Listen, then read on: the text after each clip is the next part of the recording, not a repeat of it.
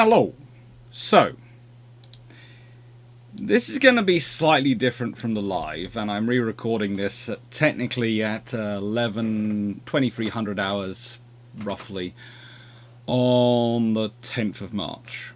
So, hey-ho. But I've got a interesting day tomorrow, and I thought I'd re-record it because I didn't like the one I'd done already.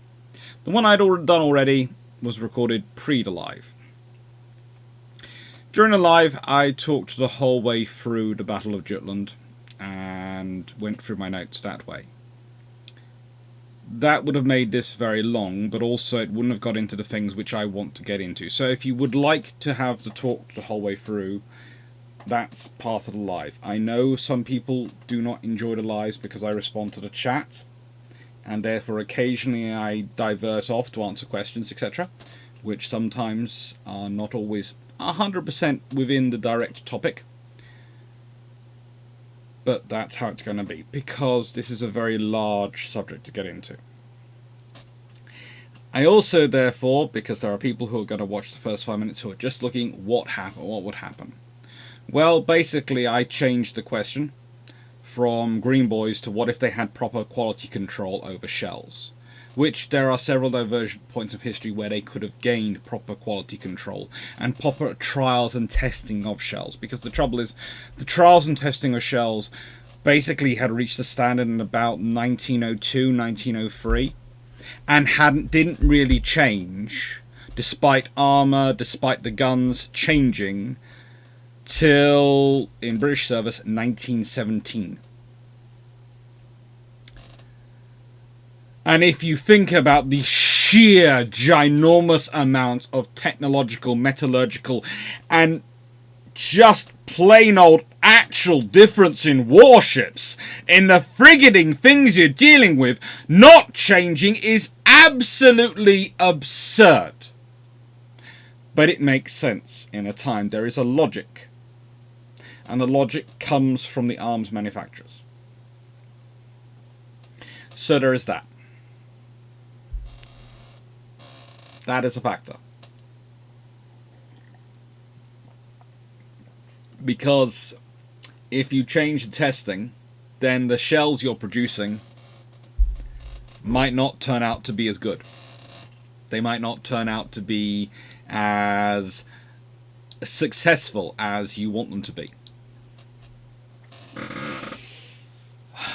They might actually fail. Whereas if you leave the testing the same, you know you'll pass. It's like all testing. If you leave testing the same, you can guarantee that people will pass it. If you change the testing, it doesn't. So, that comes up with then the phrase of green boy or green boyish shells. Because do you develop stuff which is exactly the same? Because lyddite has seemed perfect. You know, it's the most powerful explosive they can get. To actually temper lyddite and make it more controllable and make the explosions less likely to happen prematurely, you have to add something to it. A less powerful explosive. You have to, for want of a better phrase, water it down. Which seems completely counterintuitive. And if you think about the salesman trying to sell that in peacetime, there's a problem to that. Yes, sir, to make this shell work better, we have to make it less powerful than it theoretically could be. Now, you're listening to that and you're going, well, that probably makes sense, because probably you're navally inclined, you're interested in military history, and probably that makes sense, because you're thinking, well, the explosive power, what matters is being able to control that explosion, being able to ensure it goes off when I want it to go off, not before, not having the most explosive power possible.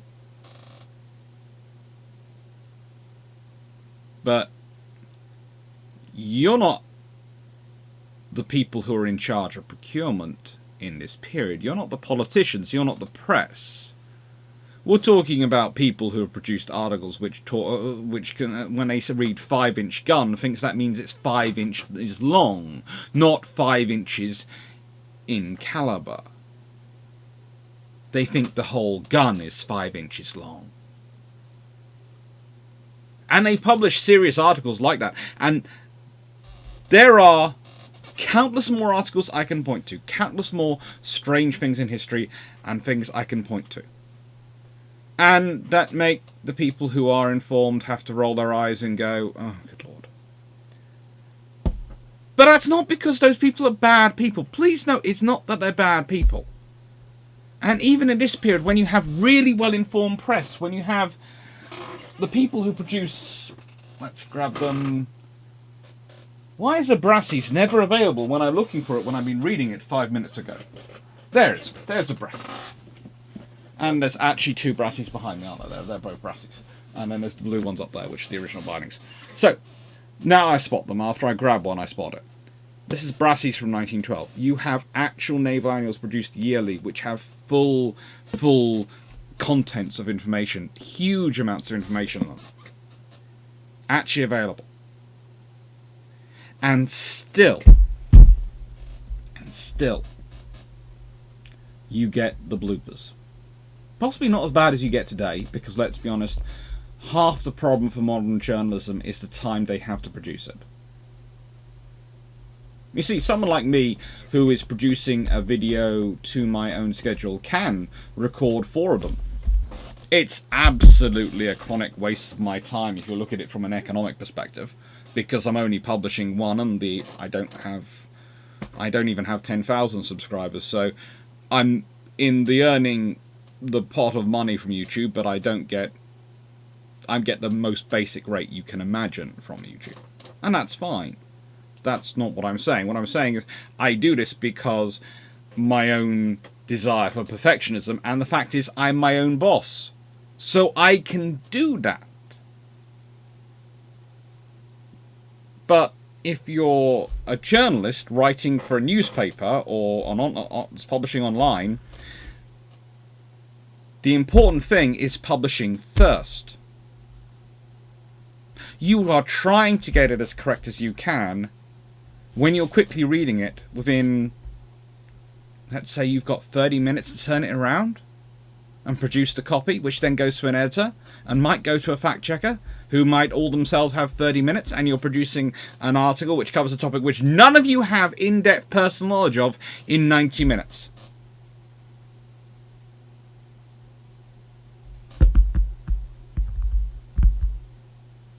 It's not like taking the time to write a book.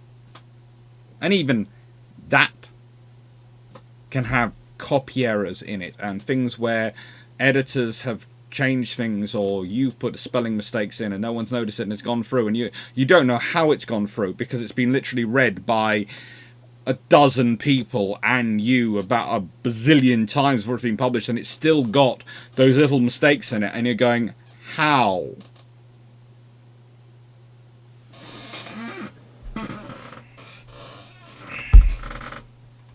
So here is the reality. Okay. Historically, Lutzow is sunk. And yes, it sinks on the 1st of June rather than the 31st of May. And yes, it is sunk by a German torpedo because it's not getting home, but let's be honest, that's due to battle damage. My view is if the Royal Navy had implemented a program, and I'm going to suggest when I think it would have been implemented, and I have reasons for explaining that. I think the new shells would have come in after Dogger Bank, but before Jutland.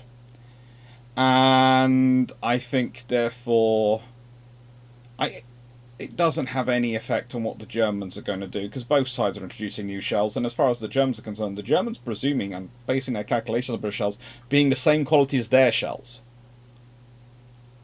That's the thing. The Germans are presuming the British shells are the same as their shells, which actually overestimates the British shells by several factors of capability. One of the things the British learned through their intelligence after the Battle of Jutland is how surprised the Germans were at how ineffective our shells were compared to their own in capabilities. But do you think if the shells had all exploded, rather than just some of them had pierced the armour and not gone off, some of them pierced the armour and fragmented before exploding, so the explosive material loses containment and loses its ability to actually do a big bang. Because if you think about it, if you think about a gunpowder, etc., when you're firing a musket, everything's in a controlled chamber. Why? Because it's the expansion of the gases from that gunpowder being ignited which give the force to the ball to go out the musket. The same in a cannon. It's the same with a shell explosion. It's the explosion, first of all, in contained space, which adds fury to that explosion. Best way to describe it, non-scientifically and non-engineeringly, but the best way to describe it is that containment provides fury to the explosion as it gets set off by the fusing, and then it expands even more, and it's that expansion of gas and heat and fury that causes the damage. It's all the pressure it creates. Now, imagine if you've lost the containment because your shell has fragmented, and therefore your lovely lyddite has gone all over the place. It's now spreading little bits all over the place. What happens when it goes boom? Well, A, not all of it goes boom at the same time. Sugar sort of fizzles. And B, it has a lot less power.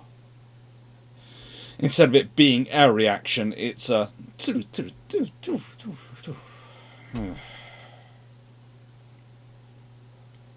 And some of them, the lyddite goes off literally as they hit the outer hull. So instead of the shell piercing the hull and going off, it hits the hull, boom, instantly. Which is the perfect thing for the armour. By the way, if you hit it a second time in the same place, that would then cause problems for the armour, but in the first time, it's the perfect thing for the armour. It weakens it. If you get between joints, you can cause damage. But honestly, the odds are, with the shells that we're hitting, and especially from the Queen Elizabeth class of 5th Battle Squadron, that hit Seydlitz and hit the Flinger and hit Lutzow, the ones which worked and hit Lutzow, the reason Lutzow doesn't get home. So I think it's safe to say that in a scenario in Jutland where the British have have the same fire control, have the same quality gunners, they have everything else the same. The only thing is they have quality control and better testing, and therefore development, trials, and testing of their shells. So they have they have Green Boy or Green Boy equivalent-esque shells, equivalency in sort of their testing and their manufacture. Then I think it's safe to say that Flinger, Seydlitz, and Lutzow, all three, do not make it home.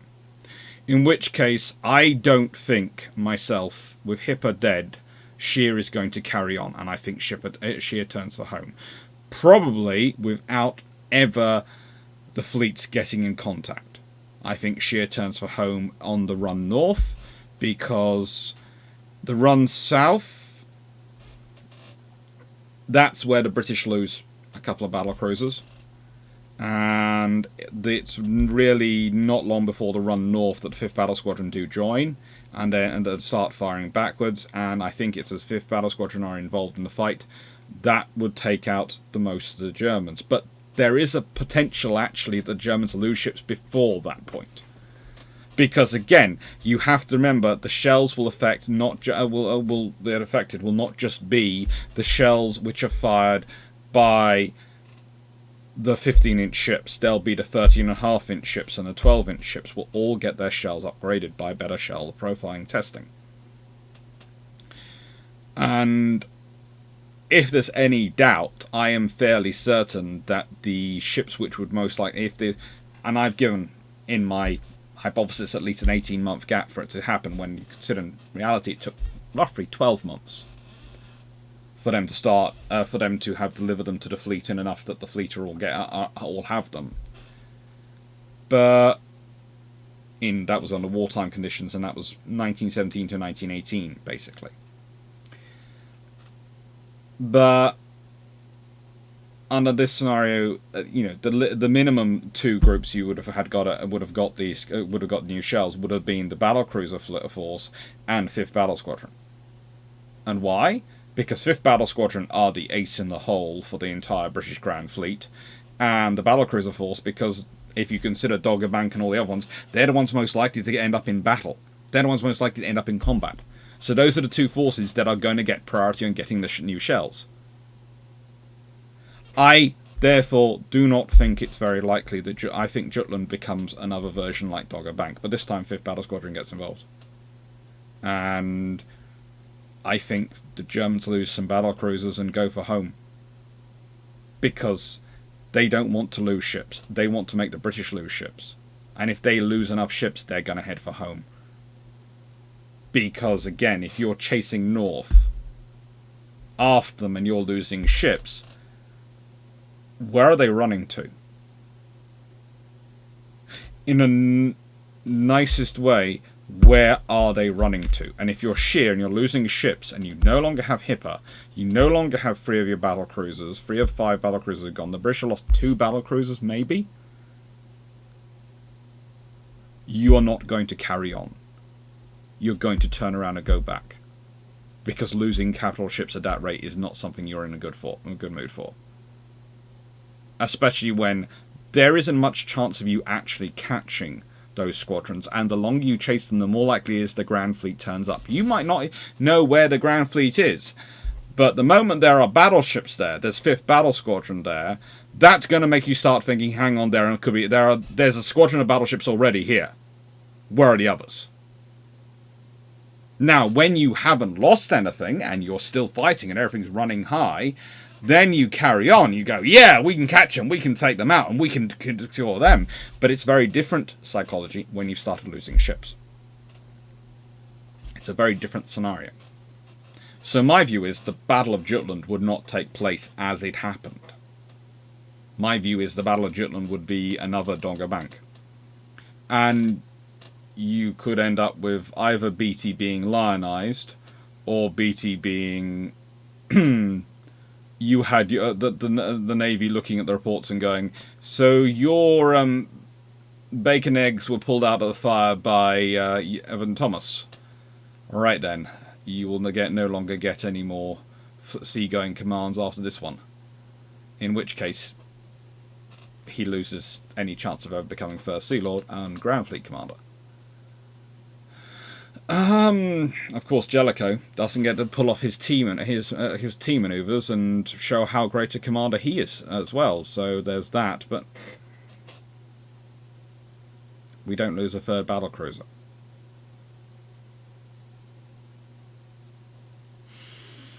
So what is the big difference between the Green Boy shell and the British and the shells before it? Well, there's the quality control.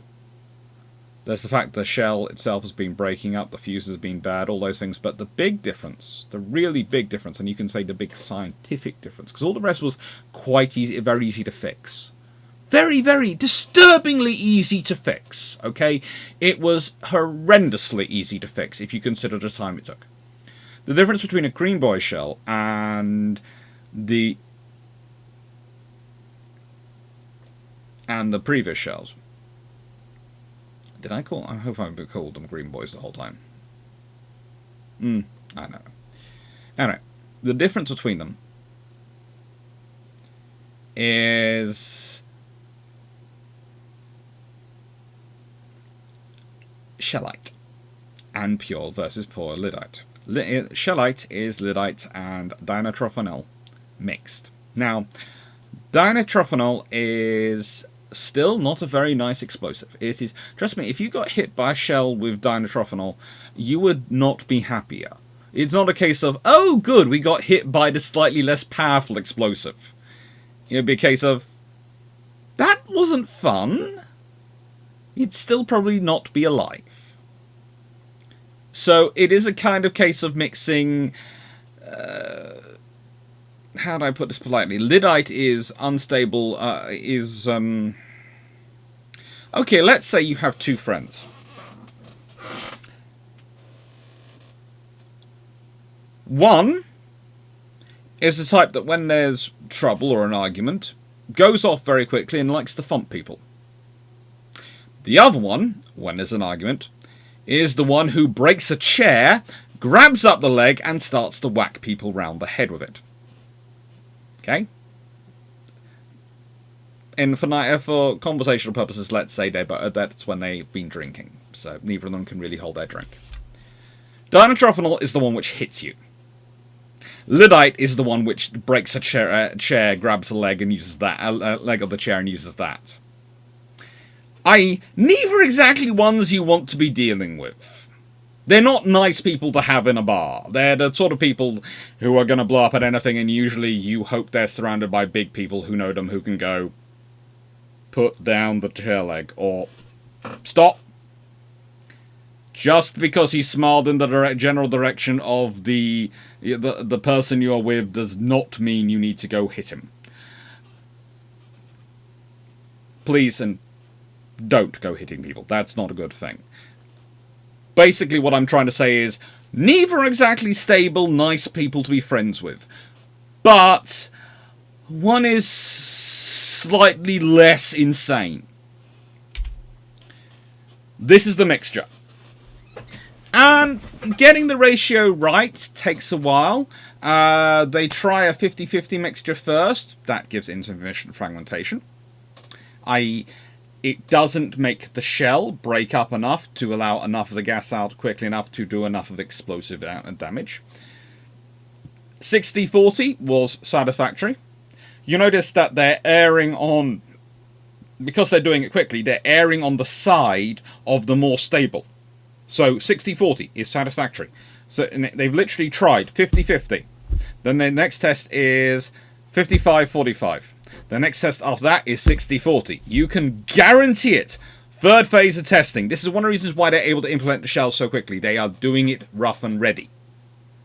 So the green boy that comes in and is issued in 1918 is the 60-40 mixture. The one that after World War I is what they start going for is 70-30 mixture. They take time to get that. They carry on. They even try 70-20, they try 80-20 mixtures, and they find that that is almost as bad and almost as likely to break the chair and grab the leg as the one which is 100% Lyddite. Honestly, it's basically it's going to grab the chair leg 9 times out of 10. So, here is the development process of the Green Boy, and it's worthwhile thinking about. Oh, thank you, you've gone away. Now, it all revolves around a gentleman called Dreyer. Frederick Dreyer, the same person who comes up with the gunnery tables. Also whilst working in concert with a gentleman called Jellicoe.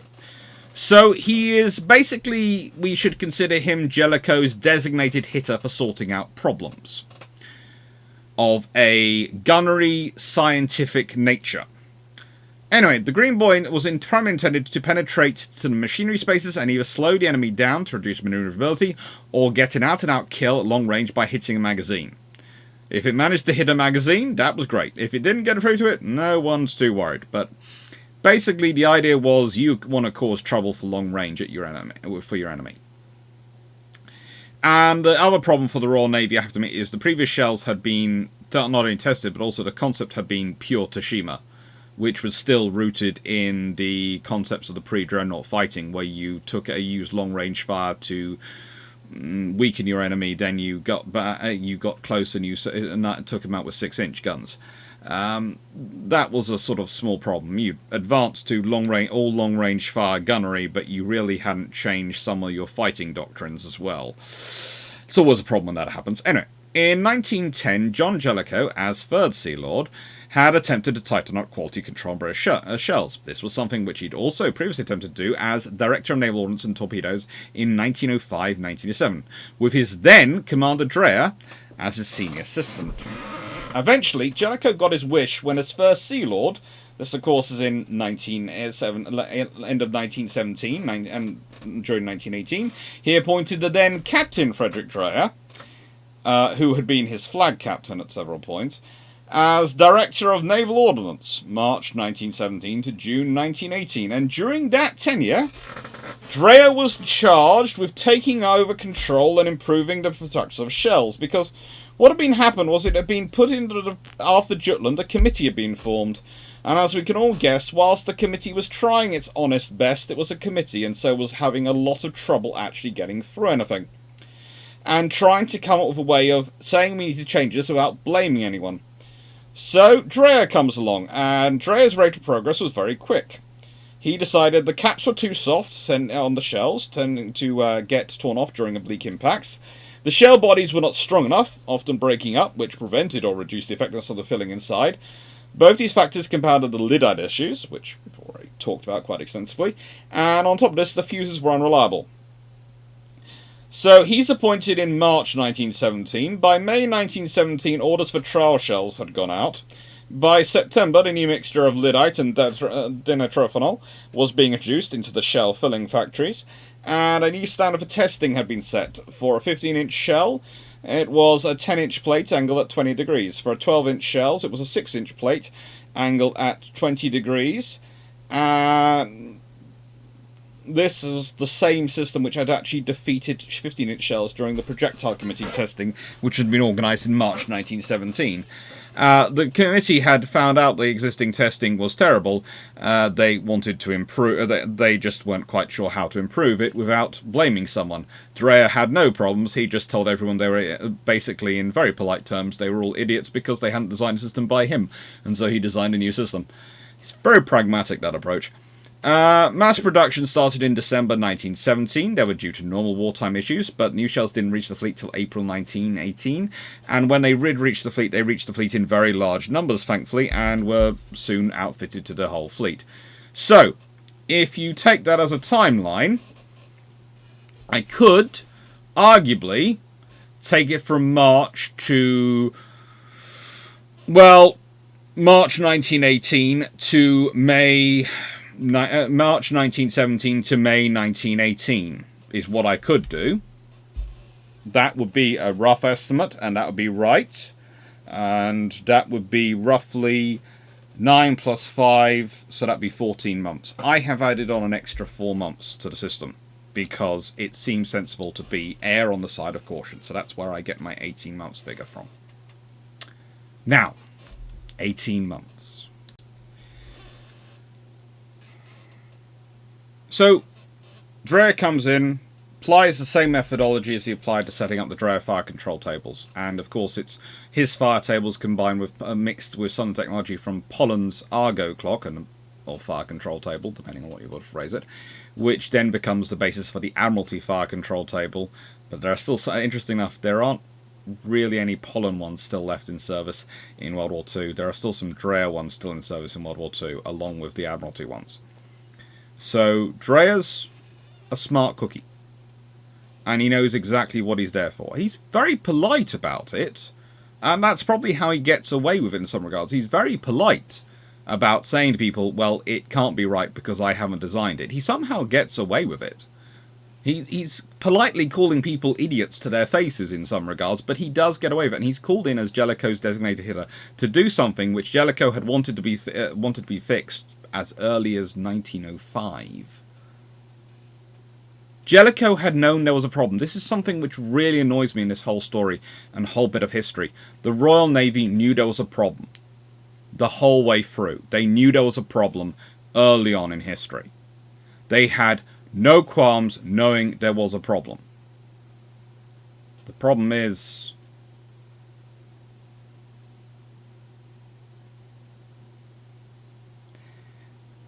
every time he's pushing too close to it, he gets promoted. Admittedly, it's his term to promote it, so you can't be too conspiracy theorist over it. But you can say that the civil service, to an extent, especially from the Treasury, and the arms companies themselves have been playing a delaying action, knowing that he has a endpoint to his tenure. And if you consider it, there's a while you get used to being in post and your power, and your influence and abilities there.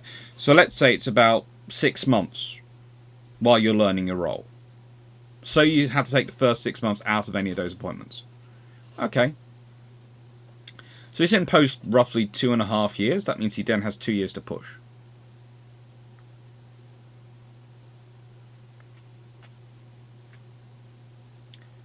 It's not exactly a long time, is it, to try and turn the mighty beast that is the British maritime defence industry, especially when you're dealing with companies the size of Vickers and Armstrong Whitworth, which are colossal, absolutely colossal tankers of industry, and don't like to turn, and don't like to admit they're wrong, and also they like to keep selling at large volumes, and if they have to admit that their shells aren't good, they're not going to be able to sell as large volumes, and they're going to have to stop selling while they improve them.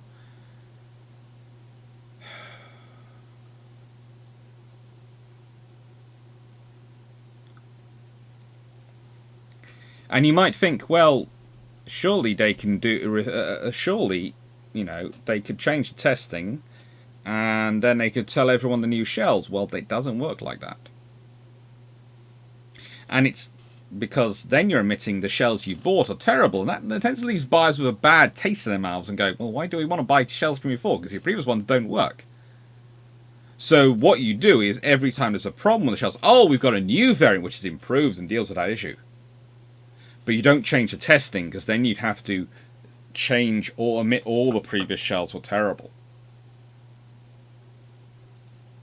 One way allows you to keep selling new shells and make more and more profit, and the other one means you have to omit and damage your own reputation. It takes the combined efforts of Jellicoe and BT, actually, because this is one of the few good things about BT. BT lent his support to this. And Dreyer to fix it all. Dreyer is the point man. Jellicoe and BT providing the top political cover and stopping him getting interfered with. What's a shame is people like Fisher, etc., could have dealt with it a lot earlier, and they didn't. They did not. Fisher could. You can write a lot about Fisher and various other things, and he had many, many good qualities. But on this one, he was prepared to let it slide as long as they worked with him on the things he cared about. And he thought to himself, oh, that'll still work. They usually that one go, and that's on him. So the question that as I've said, that I'm really answering in these videos and really discussing in these videos is, what if proper quality control and trial testing been implemented for the Royal Navy shell procurement prior to Jutland? Not Green Boy shells. Because the moment you have it earlier, they might choose to paint them a different colour. The whole name Green Boy comes about because they're painted green. Because Lyddite are yellow. Well, there is the very real possibility that, you know, if they develop them earlier, they might use something other than dinitrophenol, or they might use dinitrophenol, and they might decide to paint it blue.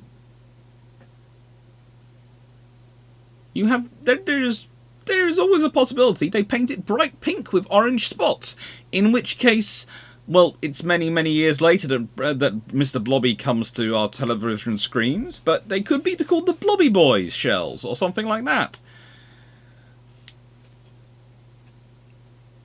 There are options. So that's why I'm using the phrase quality control and trials testing. And talking about Green Boy / Green Boy-esque shells. So then comes the question of where can we start the alternate history, and this is when you get into real trouble, because if the proviso is it has to be ready by Jutland, and they have to be implemented by Jutland, then Dogger Bank is ruled out, because that's January 1915, and that's far too close. And this is when we get into real trouble, and this is when I will probably get the most people going, no, this couldn't happen. Well, in the nicest way, this is the proviso for this to happen. Something of this magnitude would have had to have happened. So then we get the Battle of Heligoland Light, but no German heavy units are present. And even if they were damaged, you wouldn't be able to get a look at them. And you wouldn't probably learn. Because, let's be honest, after the Battle of Dogger Bank, when the Blucher does this, we don't learn. Because the Blucher does this and we won. The Battle of the Falkland Islands, again, no German capital ships present. No ability to examine the hulls. No learning. Pursuit of Goeben and Breslau. Well, that requires one change of order. Of one order for British cat warships to be present.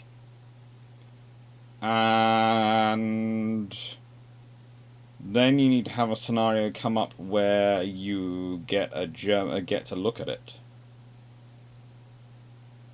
That's not impossible. There are events in history where that has happened. So that's not completely out of the one. That is not completely out of scenario. That's not completely off the route of march or possibility. So we'll think about that. Admittedly, the scenario where it happens that most people would immediately think about is the Graf Spee in World War II. But it's happened prior to that. Not German ships, but other Navy ships have seeken safety and security in neutral ports when damaged. Both Greece and Italy are neutral. Technically, more likely they'd go Greece than Italy, because their route to Turkey is going to take them past Greece, and they're far more than it's going to take them past to Italy. And especially likely engagement area. So we'll think about that one. We'll talk about it more, perhaps in depth. The peacetime options. As 3rd Sea Lord and as part of the Orion class 13.5-inch gun and shell program, Jellicoe managed to get proper trials and quality control implemented with the support of Fisher and other key personalities.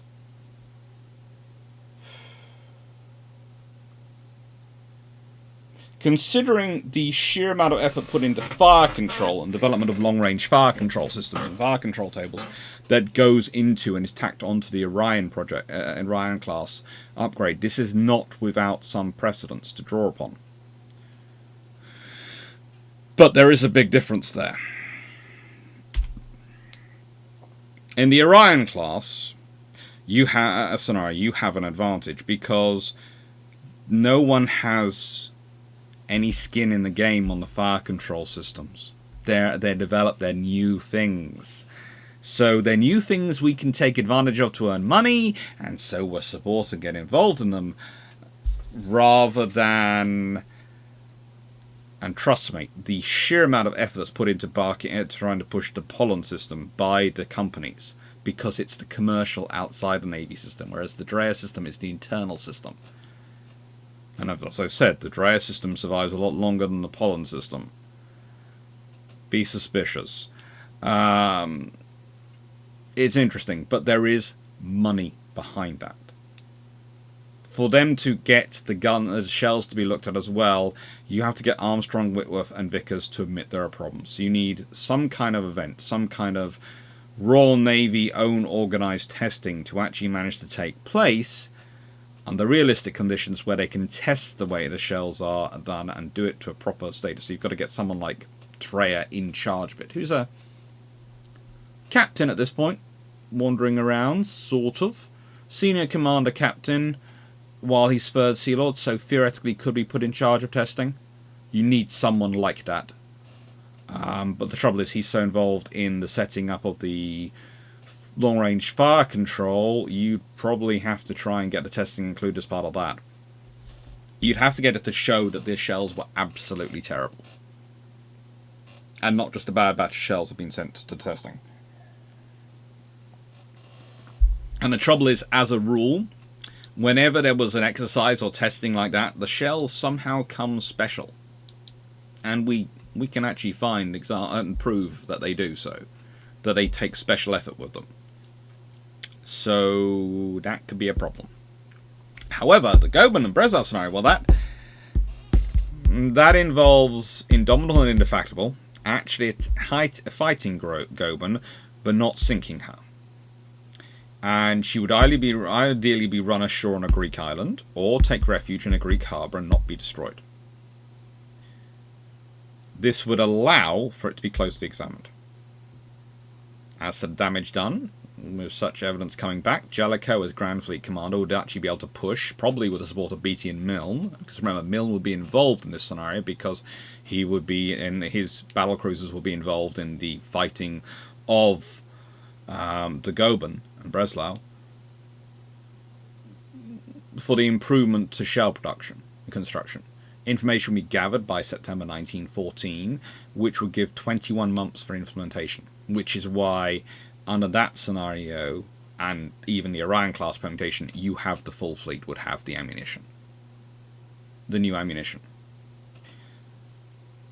Here is the problem. There are going to be people who are going to say, well, Alex, for this to happen, you have to have these course of events going on. This is quite far-fetched. Yes and no. I'm looking for a casus belli to implement it, so I have a reasonable scenario for why it would come, and why alternative history, why it would work out that way. But I would argue this is actually more realistic than this. Because this is going up against the massed political might of Armstrong, Whitworth and Vickers, and the sheer number of politicians and business interests and commercial interests they have in their pockets at this time.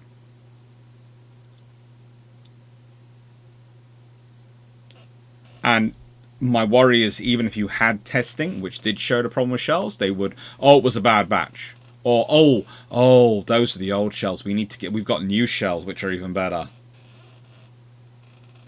You know, the old shells, oh, sorry, they're just finicky. But these are the new shells, without actually changing anything. So, that worries me. I don't think that one works. This one's wartime conditions.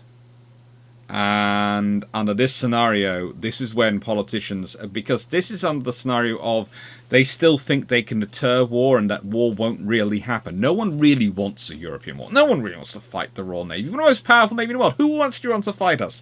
You know, it's fine. The shells aren't as good as they should be, but you know, we're improving over time, and there'll be there's no need to panic or do anything because there's no likelihood for a war.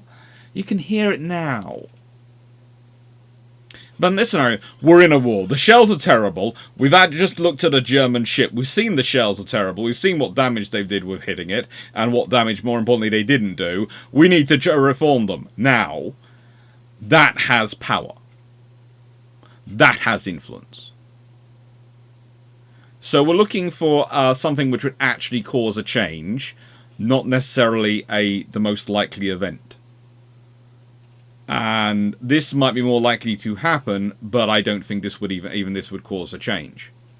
Whereas this would slightly less likely to happen, but more likely to actually cause the change.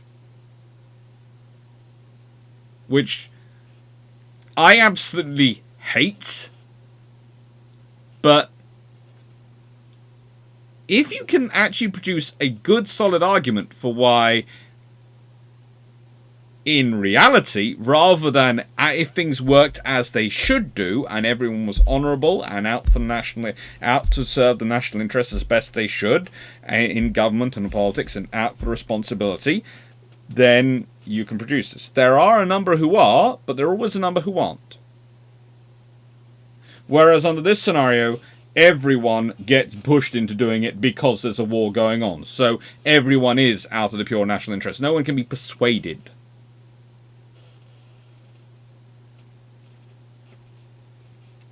So, Goeben, pursuit of Goeben Breslau becomes the option.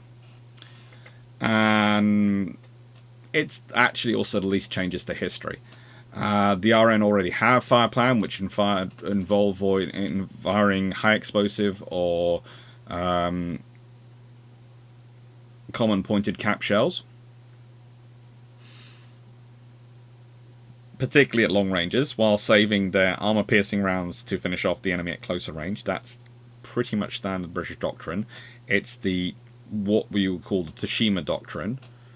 It's designed to wreck superstructure, cause fires, cause damage to the top of ships, stop it being able to do long-range fire, slow it down, because again, if you damage the funnel, you damage all the superstructure, you stop it being able to cond, you take out, hopefully, the people who are able to command the ship.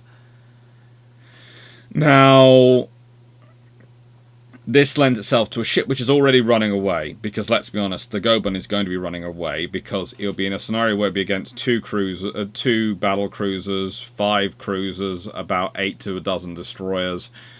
That's not a good scenario for it. It and Breslau are going to want to get away. And the thing is, it's going to run into them, and they're going to be as fast as it is. One of them can do 22.5 knots, which is the same as Goeben can. And remember, Goeben can do that when it's got best quality coal in it. It's going to have fairly decent Austrian coal, but that's not best quality coal.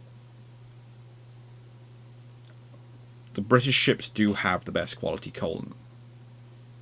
So that means the one which has the functional top speed of 22 knots and the other one of 22.5 knots, that might be, Goeben's might be supposedly 22.5 knots, but the odds are it's probably making 21.5 to 21.75 knots. Odds are not much with it, but enough that it's not going to be able to get away. And that means it's going to get damaged. The British ships might get damaged as well, but again, remember, the Germans are going to be running away from them. So it's going to concentrate on flat-out speed. They're going to be engaging while trying to chase after it. And again, this will have an impact. It's going to have a lot of impacts. It's going to have a huge impact on the whole war. But for starters, there's going to be the Ottoman Empire, because, well, there's not going to be, they're holding, they've got a German battlecruiser, so there's not that threat in the Black Sea. There's also not going to be the scenario that the British and the turn up and try and blast their way through on the 3rd of November, 1914, because why would they? Because there's no German battlecruiser there. The Ottomans are still getting annoyed that the British have taken their battleships, but there's not going to be that there. There could still end up being a Gallipoli and those sort of scenarios, but it would be after the Ottomans had decided to join the war, but without the Ottomans having had a warning that their forts are particularly weak. And so when the British turn up with fleets and troops probably all organised and push their way through, the Dardanelles is probably not as defended or as organised as it was historically. So actually, that might actually succeed. In which case, be very, very scared, because Churchill could get hailed as a strategic genius. I just want to put that out there as a possible consequence of this scenario. I am trying to include all the relevant history and context that would come from this change of the scenario. But there's also the possibility that it Dardanelles and Gallipoli doesn't happen. Now, firstly, what are the impacts going to be? The idea of firing more shells to increase the chance of actually doing damage with the shells you have is going to catch on more widely. Jellicoe's obsession with accuracy is going to be even more important, because it's going to be even more important that those shells you fire hit the target, but you want to fire as many as you can. So that's probably going to start pushing some things through the fleet. But Jellicoe won't change, and the desire for accuracy and getting the maximum number of hits to hopefully get those shells to work is going to be important. So expect gunnery training and fire control training and rate of fire training to go up across the force. It's even going to affect the battlecruiser force. There's going to be a drive to push their training up earlier than Dogger Bank historically did. So expect the Royal Navy to be pushing up, because that's a way of compensating for the shells not being as good. If more shells hit their target, then even if there are a number of them don't do what they're supposed to be, you're more likely to get more of them that do what they're supposed to be to hit their target. Because that's another problem, because some of those shells which don't hit their target are ones which would have actually worked properly. Because there's a percentage which do work properly. That's the point. There are some shells which do work as they're supposed to. They're few and far between. But the trouble, if you get more shells to hit, there's more likely that those few and far between shells which do work properly do actually get a chance to do their job. Secondly, it'll lead to, of course, development of the improved shells, Green Boy-esque. Namely because Jellicoe, Beatty, and Milne will use it as the wider war to push it through, as they did historically. Now, actually, if this happens earlier in the war, there is another advantage, because you don't have the army screaming out for shells for the Western Front, and all sorts of and other things at that time. So you'd actually get more efforts devoted towards naval shells. So it might actually happen more, take place. Let's put it this way: you might not even have the issues you had historically with delivery and things getting caught up, because other stuff is going, supplies are having to go towards army shells and other things, because you wouldn't have that competition. So you actually might get it even quicker than the time period I am suggesting. So you've got 21 months, and you've actually got probably less problems in delivering it. Thirdly, no Goeben, no warning delivered in 1914. As I said, Gallipoli force might even not be there, or no longer, so long, or even required at all. So, or actually, even in the first place, if it does go, might not even require HMS Queen Elizabeth herself. So that would mean an extra 15-inch gun ship would probably be available to battle at British Jutland.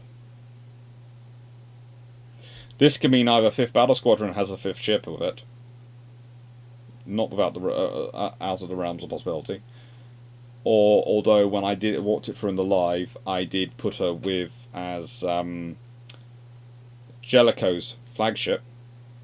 And the reason I did that, as gave her to Jellicoe as her flagship, was because that was the easiest place for me to put her, to have a space to work out what her shells could do without changing the whole of Jutland, because I was trying to go through the whole of Jutland as if the Germans still fought it. I don't think they would, as said. My scenario and my personal view is they lose 3 battle cruisers early on in the run, sort of the changeover bit from the run south to the run north, and the high seas fleet just goes, we're getting out of here. Because they don't want to lose ships. That's the whole German thing is, they want the British to lose ships, they don't want to lose ships, so that the British numbers go down and their numbers get closer, so they reach as near enough parity as they can to give them the best chance to win a battle. That's the point. The Germans are coming out to try and give themselves a chance to win a battle, not to fight a big battle. They want to find a small enough part of the Royal Navy that they can wipe out with minimal casualties, preferably none, and so therefore the Royal Navy is closer to being on parity with them. That's what they want to do. Their dream is to ambush the battlecruiser force. Not to ambush the battlecruiser force and find 5th Battle Squadron going, hello! We're the largest and most powerful guns in the Royal Navy, with the best fire control, the best gunnery crews, and everyone's trained tip-top because these are elite ships in the Royal Navy, because we know they're elite ships, and so we're all here to say hello. That is the worst nightmare for the Germans. It continues on because the Germans are going, hang on, we're getting hit, but we're not getting sunk. Carry on. We can do this. They don't know why they're not getting sunk, but they know they're not. If they had started losing ships, they'd have gone, hang on, those 15-inch guns, no, we've got nothing that can take that, we're going. We've got one ship maybe that can stand a chance, the Baden, but no. And even the Baden's 15-inch guns, the British look at it and after the war, and they look at them and evaluate them versus the Queen Elizabeth guns, and the British say it's a good gun, but it's not, in their view, as good as the 15-inch with the Green Boys of the British one, the 15-inch 42. And you sit there and go, well, let's be honest, there's a bit of pride there, so it's probably about even in guns, but then that's one ship versus 4, maybe 5 Queen Elizabeths. It's not that good. The Bayern is great. It's a very good example of what the Germans can build. It's probably the best ship that they can actually build at the time. They do come with better designs, and if they hadn't had a war, and if they hadn't been having to fund the army, and if they hadn't managed to get into the funding battles with the army, which, if you go to my Queen Elizabeth class video, you'll find out is the entire reason for the Queen Elizabeth class as a Royal Navy rationale, to raise the cost of battleships that much that the Navy ends up in a funding battle with the army in Germany, which the Royal Navy knows the Kaiserlich Marine will lose. But the ban is not that amazing as a ship. In reality, it is more equivalent to the R class, to the Revenge class, than it is to the Queen Elizabeths. It is more in their ballywag. And the idea that any scenario could emerge where it could take on and counterbalance 4 Queen Elizabeths, let alone 5 Queen Elizabeths and 2 Rs, which would be with the Grand Fleet in this timeline, in this scenario, is fanciful. Now, the fact is, and I've added this bit in here because I have literally had this argument with people. And when I say argument, I mean argument in the academic sense, not in the shouting, "Oh, you're an idiot," or something like that. That's not what I do in arguments. If it gets to the point at which people are calling names, I go, because my view is the moment you resort to calling names, you've lost. And that's not really my style. I'm the guy who goes out of his way to not swear on his YouTube channel because his little cousins watch this channel. An aside, I know, but it's not my style. If I'm actually being rude to you, then you have managed to push a very, very long way and through many, many gates. But this person almost did make me rude to them because they honestly couldn't understand how A, the ban wasn't A, better than the Queen Elizabeth class, and it's not. As I said, it's more equivalent in its operational stats that as the R class. It's slightly better armoured than them, so that's an offset, but it's operationally far similar to the R class in its capabilities. And B, they couldn't understand the idea that it could not fight multiple Queen Elizabeths and win. And they basically were going, well, you know, it doesn't matter. Because I was basically saying, well, look, the Jutland, and I was talking this through, because I was talking this through with some colleagues before I did this video. Jutland comes down to the fact, the reality of it comes down to the quality of the shells. If the British had had better quality shells, had had the equivalent quality shells to the Germans, then you have a very different numerical scenario at the end. It could be they tie. It could be sheer weight of fire means the Germans actually lose more ships. Especially if it worked out as it did, but I don't think, as I said, my view is very much that if it had taken place, it wouldn't have worked out like that. Well, this particular person wouldn't accept that under any circumstance. And that, I have to say, did make me think through things in other areas of naval history, because there are a large number of events where people care about them very passionately to the point at which they actually ignore some of the context and some of the contents. And that's one of the reasons why I'm adding this bit in here, because I'm saying my view is that when you do alternate history, and we'll getting back to the rest of this in a second, but when you do alternate history like this, it's important to try and keep it as historically close to reality as you can do, because then you can really actually study the history. But it's as important because it reveals, when you do it properly, as much about what happens as about what didn't happen, and allows you to think through why. And I think my view of alternate history has always been it makes me a better historian. It makes us all better historians, because the amount of history you have to learn to be able to do a properly thorough alternate history approach and examination of these scenarios is greatly in depth. Greatly in depth is the phrase I'm using, but that's because I could say frigating massive, but that sounds a bit rude. Now, there are going to be various other names which can go around. I'm talking a lot about Dreyer. I've been talking a lot about Frederick Dreyer. There are other names, Percy Scott, etc., which are all huge factors in the development of fire control. there is all sorts of admirals going around who are huge factors in fire control, etc. going on.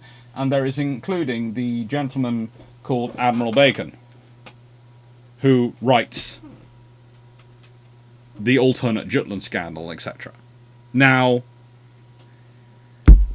these are some very, very big names, and they could also be part of the process which could have led to get to it getting done in peacetime.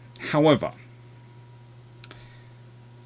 the problem is, most of those people, as good as they are not good at building political coalitions and are not good at working things through. Which is one of the reasons why things don't happen.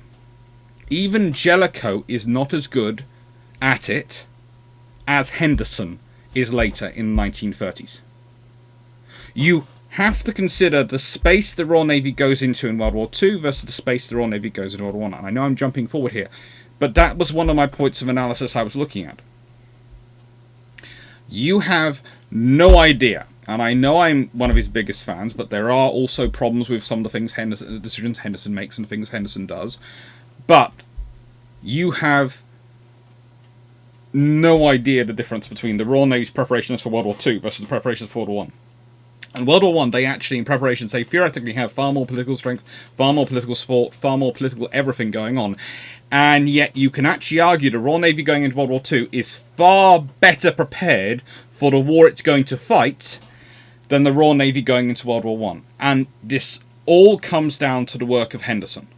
Yes, there are other admirals who are part of it, and yes, they are involved in the mix. There's Cunningham, there's Phillips, even Chatfield, who I find absolutely absurd for his obsession with a 14-inch gun. I swear he must have been, I don't know, in love with Vickers.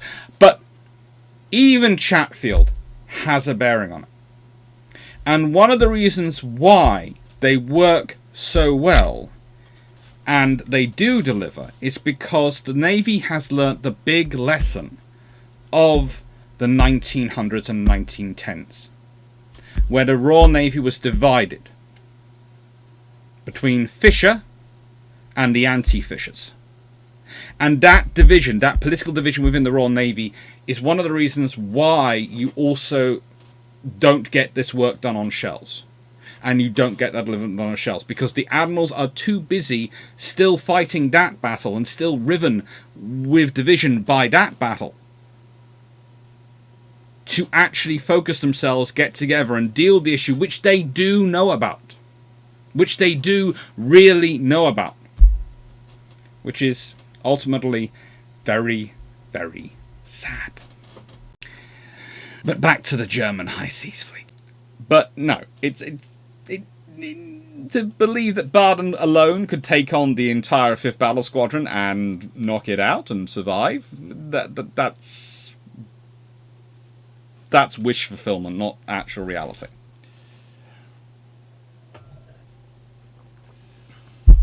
So, the affected ships on the order of battle. 15-inch gunships. There are 6 to 7 of them, depending on whether Queen Elizabeth turns up. So that's the 2 Revengers and the 4 Queen Elizabeths. Then there is HMS Canada, who has 14-inch guns. Then there's the 13.5-inch gunships, the King George V's, the Iron Dukes, the Orions, Erin, Tiger, Queen Mary, and the 2 Lions. And then there's the 12-inch gunships. There are 15 of those. Colossus, St. Vincent, Bellerophon, Agincourt, Neptune, Indefatigable, Invincible. Now, as I've said, my view is that if you are really trying to say, okay, yeah, no, or it's going to be the lowest potential of shell production, that they are not going to implement as fast as they did originally and historically, that they are going to just do it as low as they can. The ships which are going to get it first are going to be the Battlecruiser Fleet and the 5th Battle Squadron, which are the 15-inch gun ships. The Revengers will get it as well. They also have the lowest stock of the original type shells, so that's the least investment. HMS Canada, 14-inch gunship, is going to get it. And if it's probably going to be the 13.5-inch ships. They're going to work their way down, and then the 12-inch gun ships. So that will be the order of getting the new shells, again, as they did historically. Battle cruisers first, along with 5th Battle Squadron. They get theirs as quickly as they can do, and then you work your way down the gun sizes. Canada and the 13.5 inches get it at pretty much the same time. Here are some notes from history. 12-inch shells reportedly pass straight through ships without going off. That's great fun. That's even more problematic. 13.5-inch and 15 shells tended to explode prematurely, or disintegrate. Yeah, brilliant fun. This affected all the 37 ships there historically. It therefore impacts all 38 potentially that could be there, and probably would be there. And I could have been really naughty. I'm going to add this, that I could have added in HMAS Australia as well. Because, you know, things will change around. If you don't have the ships going off to... If you don't have the ships going off to Gallipoli, well, that's going to affect where the Queen Elizabeth class are, and that's going to affect the movement of other capital ships. And the odds are, if you have a scenario whereby the battle cruisers are necessary and deal with Goeben, you might well have sent battle cruisers down to, or at least HMS Defence, to join with Craddock, which might have changed the Battle of Coronel, which could have then changed either the deployment of the 2 battle cruisers down there might not have needed to go, which means they wouldn't have been worn. Their patterns of use would have changed, the needs of refits would change, and so there are endless butterflies. But I am just limiting to the extra Queen Elizabeth class, HMS Queen Elizabeth herself, which seems appropriate.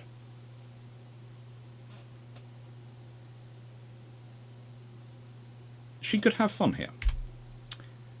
Now, as I've said, I'm fairly certain it's the battlecruiser runs which are the whole battle. I don't think the scenarios that happen historically would have actually happened.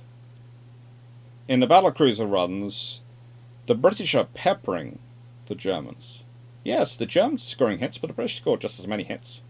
Honestly, in terms of accuracy, the British have quality control issues in terms of their shells going up, but they don't have quality controls in terms of aiming their shells. And yes, the battlecruisers are not as accurate as the rest of the Grand Fleet, but they do make up for that with volume of fire. So they get roughly as many hits as their German counterparts for firing a lot more shells. I will say that. So their percentage hit score is definitely not as good. But again, those shells aren't causing the damage they should do. And if they were causing the damage, that's going to change things.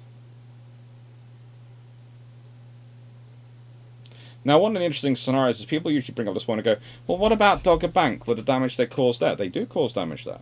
Which shows that shells can still cause damage even when they don't work properly. They do cause damage, and that's Lucca, of course. But other ships as well get damaged. And as we see, Seydlitz is almost sunk, the Flinger is almost sunk, and Lutzow is sunk by the damage from these shells. So even shells which aren't as working as well as we would like them to, aren't the quality controlled, aren't the trialed as properly, still cause a tremendous amount of damage.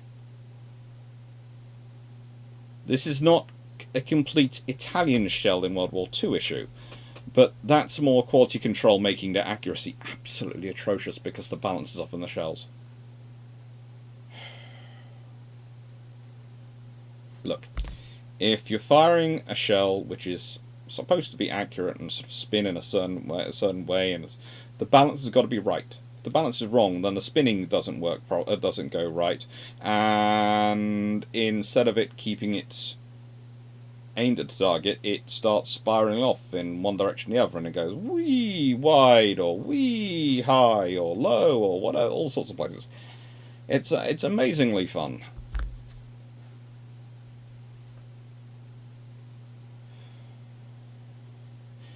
But this can have other impacts, because let's say the British do cause more damage, then honestly Beatty might keep on further. He might not realise the High Seas Fleet is there till later. His orders to execute were all terrible anyway. So there are issues which can still come. They could still be a terrible day for the British, because BT could run the battlecruiser force straight into the High Seas Fleet, even closer than he does historically. So he could still lose more battlecruisers. He loses 2, I would work out, if he acts as he did originally, and turns when he does. But if he's causing more damage, he might think he can get away with it, and he thinks 5th Battle Squadron's coming along behind him, and they are. Even though Evan Thomas is very much not of the suicidal bent, and very advises his captains that he's not of that scenario. The captains in the 5th Battle Squadron are well trained, well drilled, and let's be honest, Malaya turns herself and just goes, I am not going through that cauldron of fire! I have no intention of being a sitting duck and turning in turn. And then divides up his fire with 2 firing one direction at the German battlecruisers, and 2 ships covering the High Seas Fleet. Yeah, Warspite and Malaya taking on the entire High Seas Fleet, or just the pair of them fighting the rearguard action for the battlecruisers they're getting away. So that is the scenario you could be dealing with. Although you could also be dealing with a scenario where it's Queen Elizabeth there as well. So in my scenario, I doubt Windy Corner happens. I doubt these later parts of the battle happen. I doubt Jellicoe gets to cross the T. But if he does, the amount of damage inflicted is going to be far, far worse. In the run north, the McGrath, one of Hipper's better dreadnought battleships, amongst a fairly good group of them, gets hit badly by 3 shells. 2 of which go off on above the armour, and 1 of which actually penetrates but doesn't go off properly inside. And that buckles the deck plating and causes all sorts of damage to her. Imagine if those 3 shells had all performed properly. 3 15-inch shells had all hit her and performed properly. One going a bit of a damp squid does enough damage. 3, that ship's crippled. And that's the real problem for the Germans. Because, let's say she's not sunk. Best case scenario for the Germans actually is her being sunk.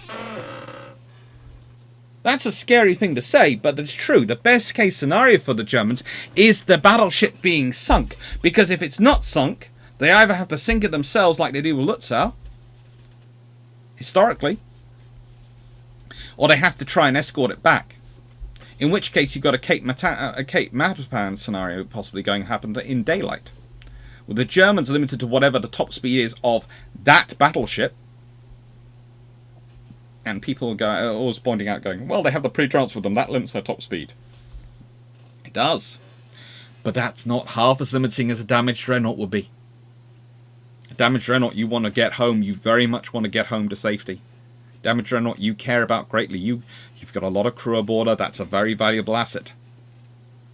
Losing it, you're nursemaiding it home. You might be going 10, 11 knots. Imagine what Jellicoe would do that. The man who managed to cross the T twice of the German fleet with barely any information from BT knows that the Germans are proceeding home wrapped around a battleship which can only go at 10 or 11 knots. Let's be honest, what did the Germans do? Do they divide their fleet off and try and keep them provide a fighting cover to draw the British away from the battleship, in which case they have to go away from home and safety? Or do they form a circle to protect it? And who knows what the British do, because if there's a battleship going off solo, limping home at 10, 11 knots, the British are going to send something to go and engage that. That's going to be prime meat for battle cruisers or something else to go after. 5th Battle Squadron, one of them might go off and go, hello, we hear you need some further attention. So the Germans can't afford to ban it, so which means that ultimately their only solution is either to detach a heavy escort force of other battleships with it while the rest of the battle fleet goes on, which is dividing their forces off, which is the worst case scenario, because that allows the British to do to the Germans what the Germans are hoping to do to the British, which is defeat a portion of their fleet in detail, annihilate it, and then they've got a far better odds of them. Or the Germans have to escort that ship home, or they sink it. So please note, the best option for the Germans is not damaged ships, it's sunk ships under this scenario. It is sunk ships.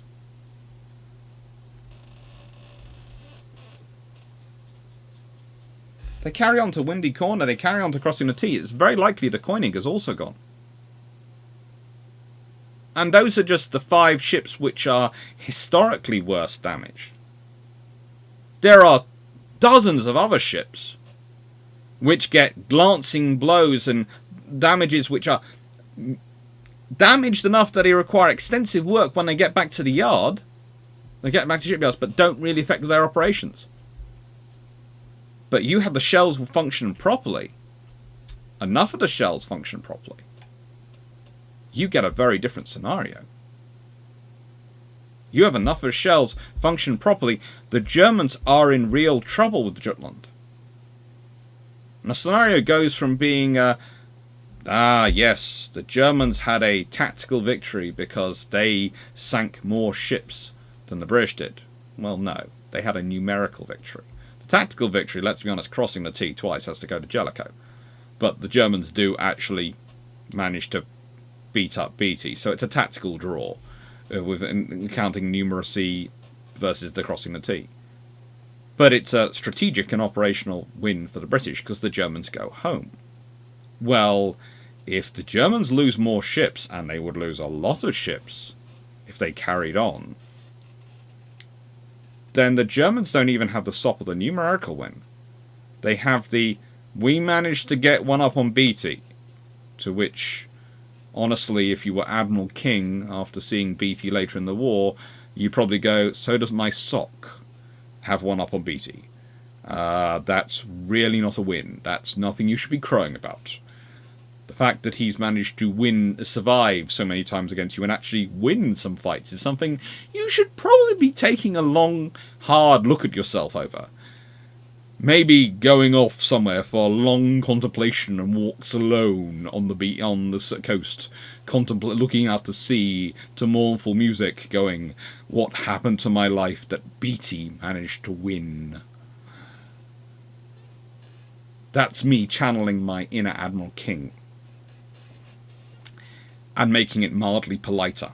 A lot politer. Massively politer than what I probably would have said. But the point is, you are dealing with the largest concentration of firepower the world has ever seen.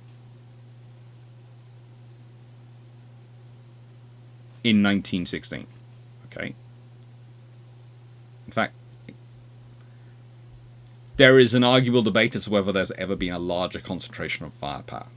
It becomes interesting once you start working out the numbers. But the sheer amount of firepower you're talking about in this battle is tremendous.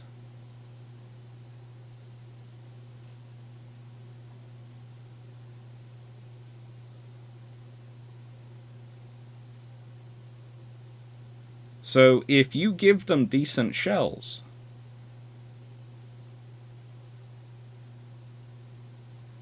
there is going to be a lot more damage done. This is based on the accuracy and everything staying the same, but as you saw, I think actually the sinking of Goeben, or rather the Goeben running around and the details of the shells would cause increased fervour when it came to accuracy, increased fervour when it came to rate of fire, which might actually increase the number of hits.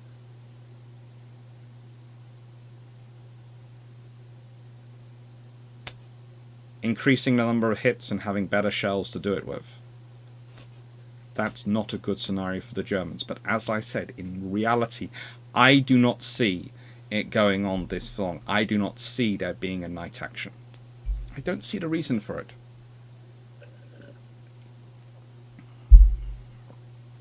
Honestly, I think even if the Germans had damaged ships, I think they torpedo them and get the crews off and torpedo them. I do not think they try and save them. I just think they try and get home. And honestly, as said, I don't think they stay out. Now,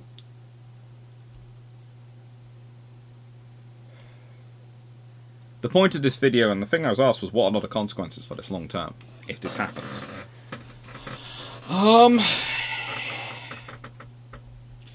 You never get that big battle, probably. In my view, the Germans go home.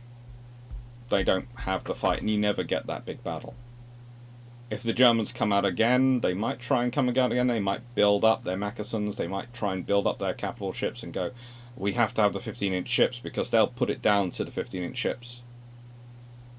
But in that scenario, you end up with the Royal Navy having more 15-inch ships in service. I see perhaps a different route,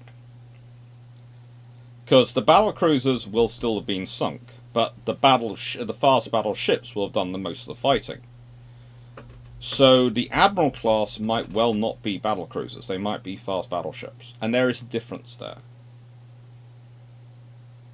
There was some very interesting comments on the live video afterwards, which all went into sort of discussing Hood and going into details of her armour and those sort of things. And I respect the person who made the comments. I do. And I respect their knowledge and their understanding.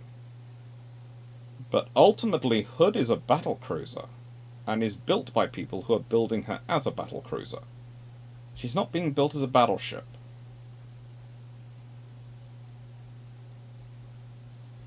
British battleships are built differently than other nations, but that doesn't make them necessarily bad, and lots of nations build them very similar to British style. And you have to also remember that the effect of the trials on shell design and shell structure also had an effect on British armour design and armour testing. Now, British armour design and armour testing had actually started to be worked on during the Orion program as well, and testing for that had improved. So British armour was already getting a lot better with the Orion class, but really starts to jump up with the King George V's, the Queen Elizabeth's, and then the R's have far better quality armour than the previous generations. Sort of steps up and then boom, steps up again.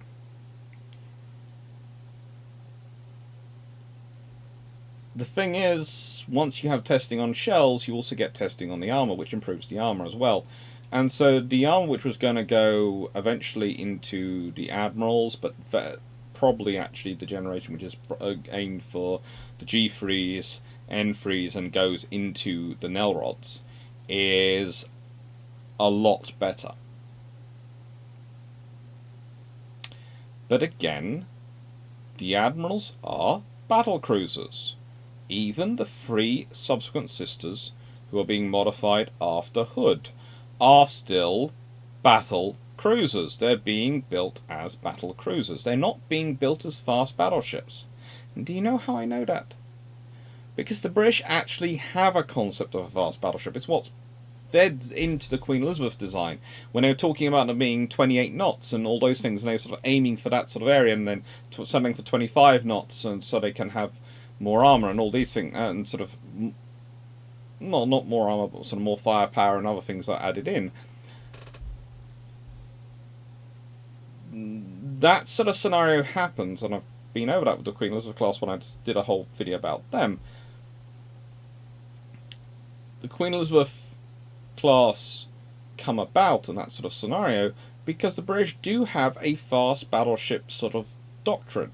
It's heading there, an operational concept for a fast battleship. So if the British wanted to build a fast battleship, they have a precedent, they'd have built it. They're building battle cruisers. Why? Not because of fighting World War I, but because of fighting what they think will be the next war. The next war they think will be a oceanic war, which will be for more manoeuvre and trade. And therefore the battle cruiser makes more sense, because it is the weapon used to both protect trade from commerce raiders, by hunting down those commerce raiders, whilst cruisers and battleships secure the convoys with the commerce protected, And it is also the tool used for actually doing the commerce raiding. That's what Britain's building Hood for. That's what they're building the Admirals for. It's not the war they're fighting, it's for the next war. It's the typical Admiralty. Why? Because the Admiralty knows what happens after a war's over. The government likes to stop spending money. And if the government wants to stop spending money, that's going to cause a problem. But that's all in the future. That's a change which could have happened, quite likely. The other scenario I think happens is, do the British develop as much emphasis on night fighting? I think they do, but I don't think it's with quite the same passion. But I do think they still go for night fighting, because the reason night fighting really strikes a hold in the Royal Navy is because of its strategic viability for them when they're looking at a World War II scenario. So yes, it is part of the whole that they got away after Jutland at night fighting, which really gives the British a bit of a over it. But there are actual professional reasons why they're obsessed with night fighting, and I think they probably get to it themselves anyway. Taranto is a more interesting scenario, because there are lots of the scenarios which you sort of go, well, hang on, would the naval treaties have happened the same way?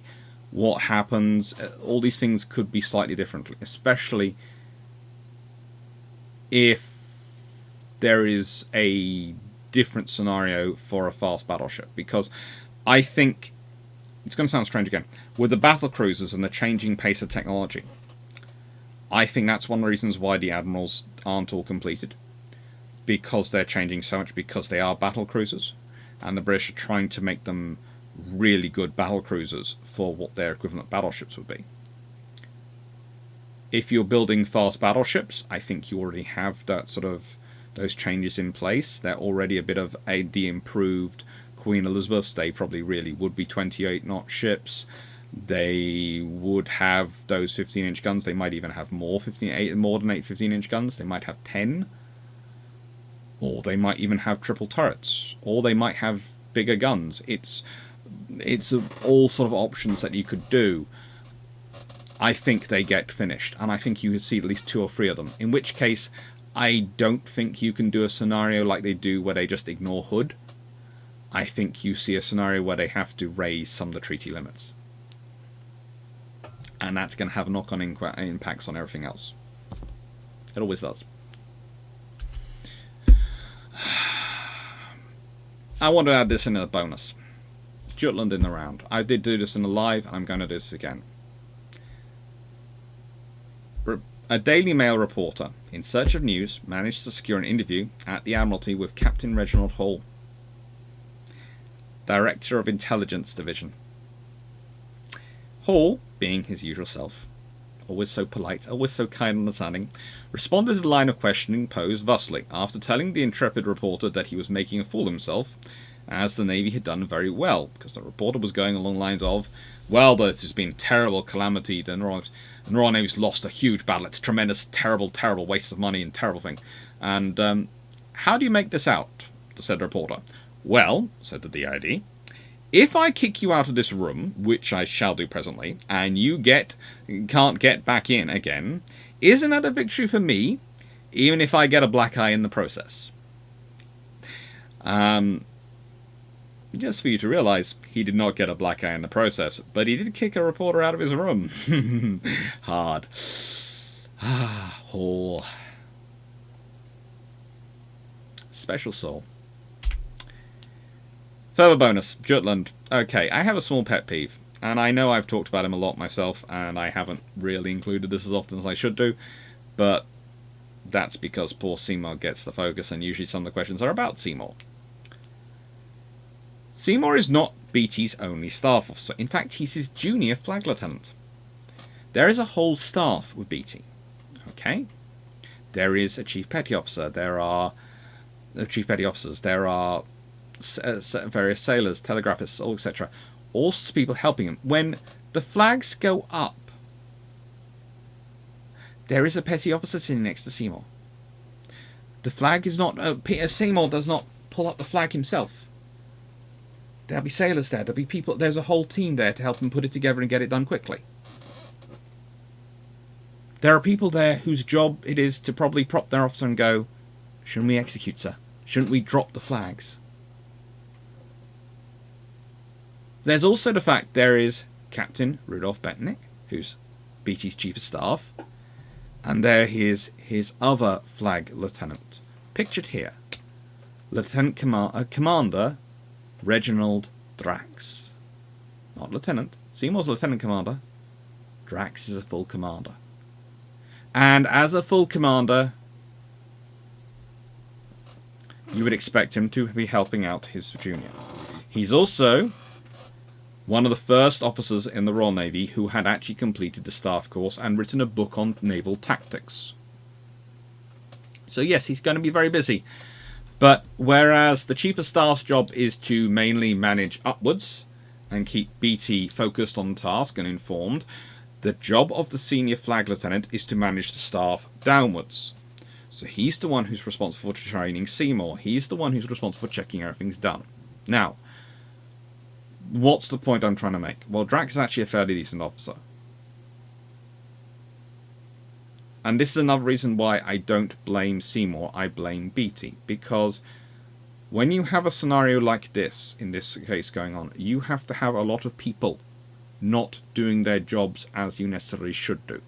And as you would necessarily think they should do, they would do. And as they did do on other ships. We have the example of 5th Battle Squadron right next to the Battle Cruiser Force and how they act.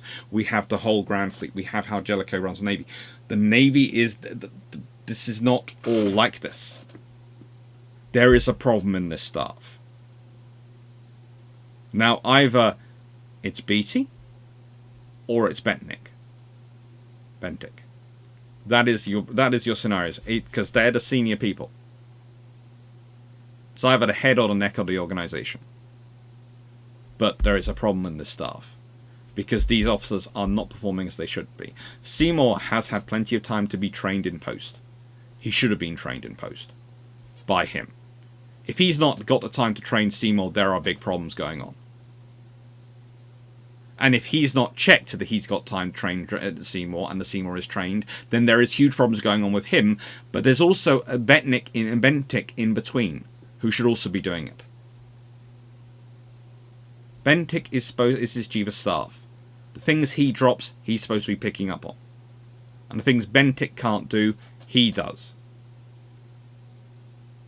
I do sometimes wonder if in the scenario we've got going on in this thing, is if he's not doing the things he's supposed to be doing, Bentik's not doing the things he's supposed to be doing, and Drax is the one trying to pick and run everything. That has crossed my mind reading it, and because that would explain why he didn't have the time to train Seymour, because he's trying to do everything else. But that could also be me trying to hope that this officer, who does quite well in other scenarios and is very respected in other scenario areas, and works really hard and writes a very good book, that he is not dropping the ball. So, we have the other patron question coming up this week, which is going to be the attack on Copenhagen and subsequent operations in Danish waters. The Battle of Yarmen is going to be a premiere. It's going to be a recorded video, not a live, because it's Mother's Day on the 19th of March. So I know I've still got a live scheduled for it, but I'm going to take it down. It's Mother's Day on the 19th of March in the UK. Mothering Sunday. And I like my limbs attached, so I will not be doing any broadcasting lives on that day. I won't be doing any Twitch streams. I won't be doing anything. I will be looking at spending the day being nice to my mom, because she deserves it. She deserves it every day, but that day she gets special attention. It's kind of like an extra birthday.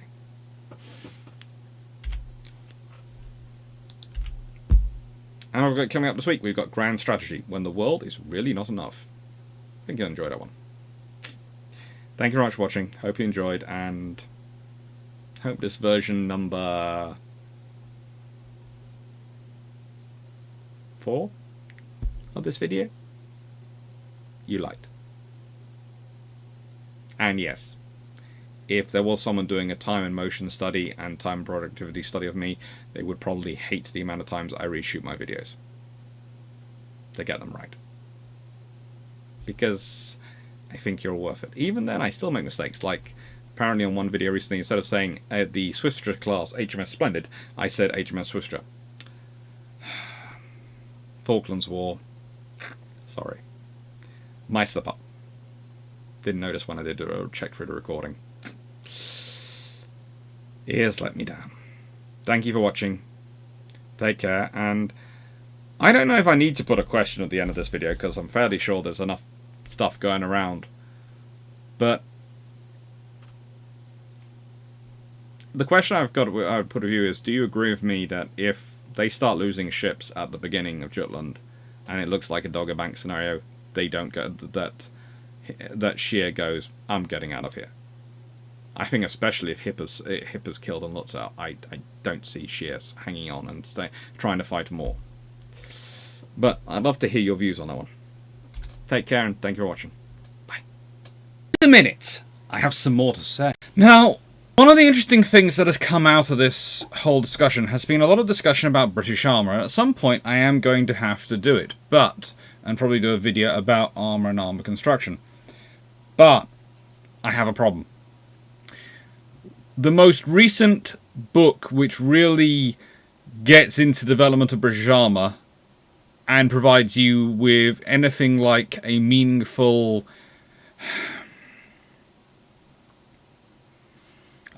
guide to where you need to go to get more information, because there has not been a lot published about British armour.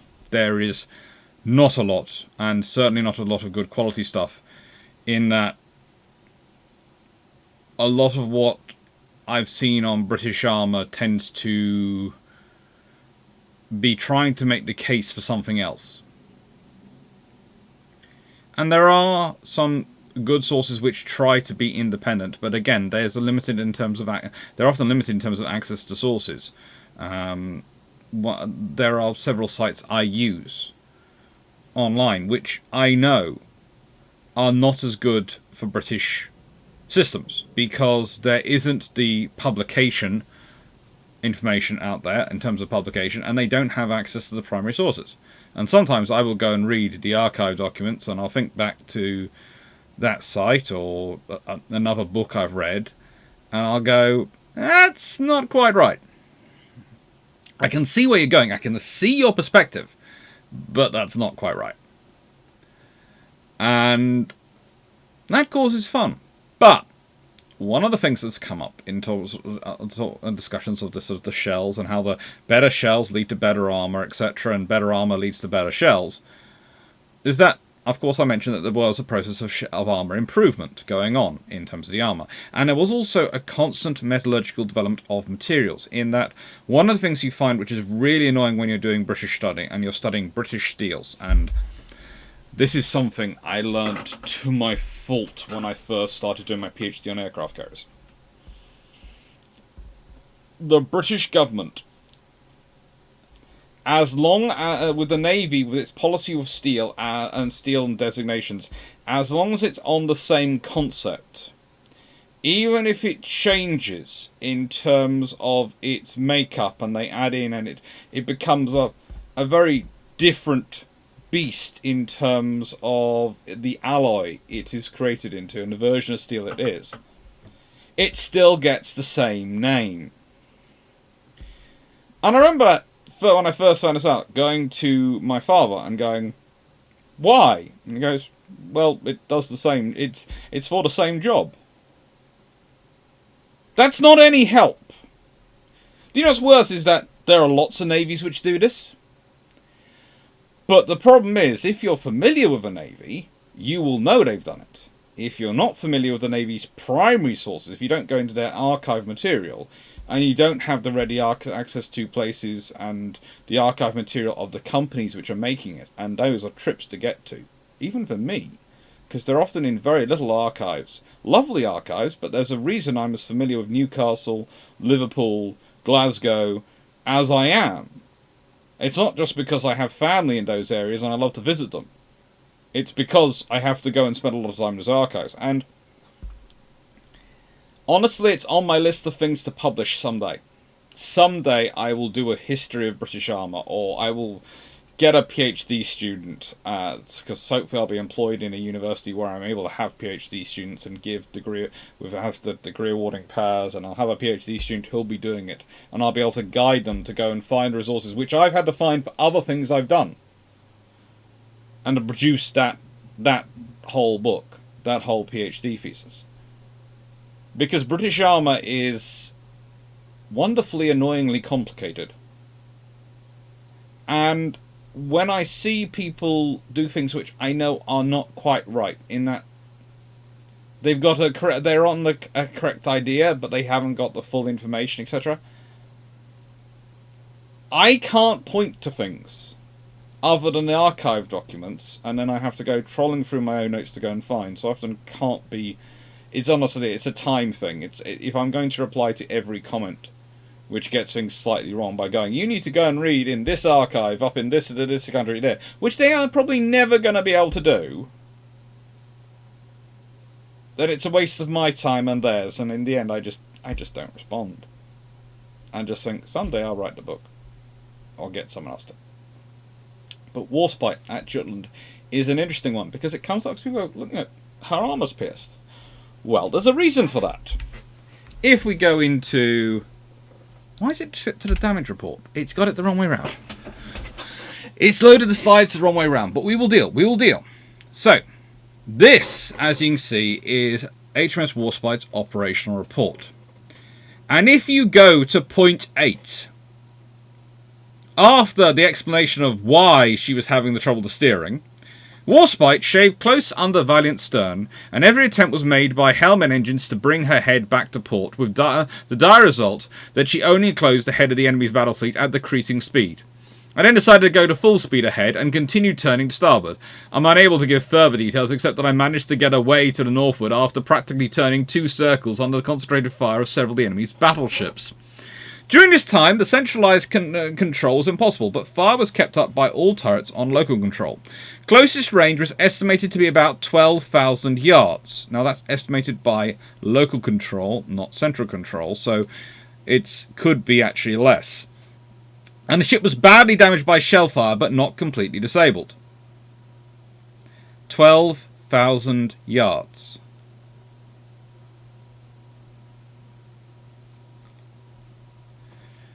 yards. Think about that. We have been talking, I've talked in this video about the ranges that they're engaged in. I talked in the first video, the live, about the ranges they were engaging at and how they were getting horrendously close. World War II, we're talking engagement ranges were estimated to be standard engagement ranges for cruisers and destroyers.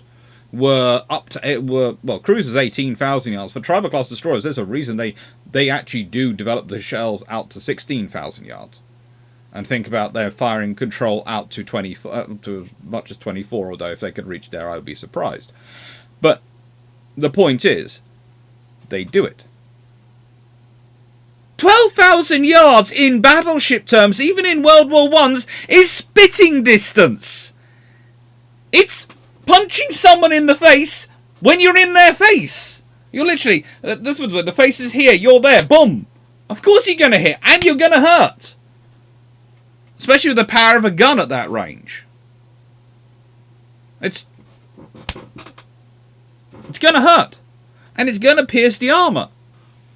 So, when someone turns around to me and uses this example and goes, this shows that British Armour was not up to standard, mentally, I have to admit, what I'm thinking is, if you can show me the ship in 1916 which could stand up to those guns at 12,000 yards, then you have invented the N3 several years early. I know that's the option, okay? That's the level of. And even then, I don't think that could withstand it. It's just too close.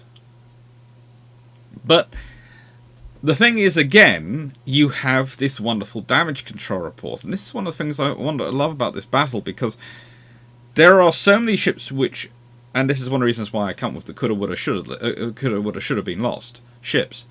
There are so many ships which could have been, including Warspite, because once you read through the damage control, you realise that if they hadn't been good at their jobs, and this is the damage report now, they would have been seriously in trouble.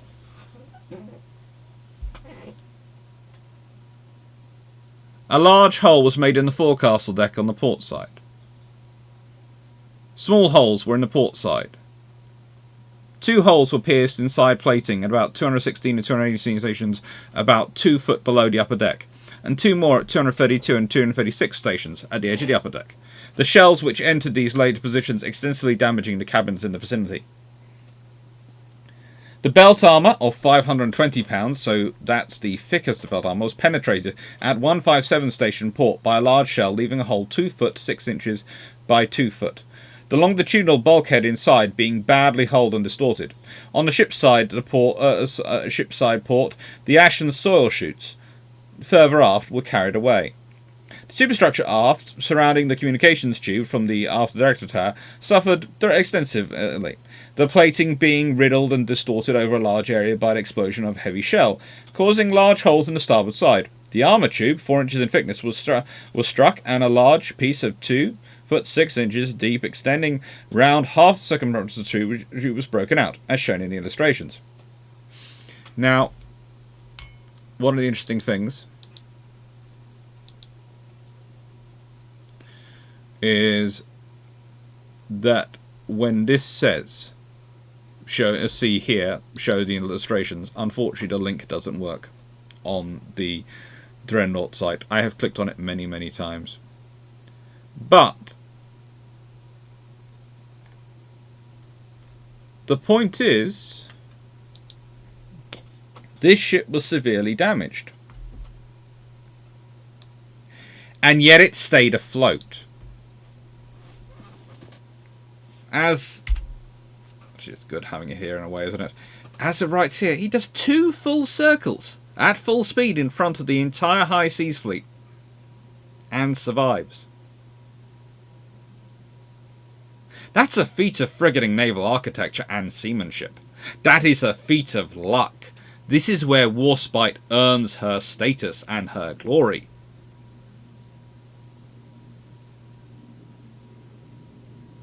But it's also where we have to consider some of the realities of what went on.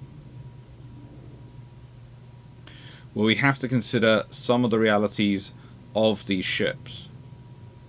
Because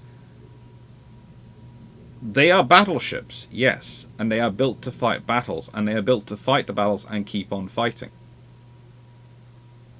And we can argue, disagree respectfully about the different viabilities of the naval architecture. We can talk about the properties of the steel and say whether it was the right steel or not, whether there was certain other materials used, and there were in terms of the internal production, rather than just pure steel. There are lots of bits of armour around within these ships to preserve their fighting capabilities. It's one of the interesting things. There are communications tubes and all sorts of things which are behind protection. Sometimes that's thick pieces of steel. Sometimes that's better than standard steel. And sometimes there's a particular grade of that standard steel. And that is all problems which are hidden in the fact that, honestly, we don't have enough information.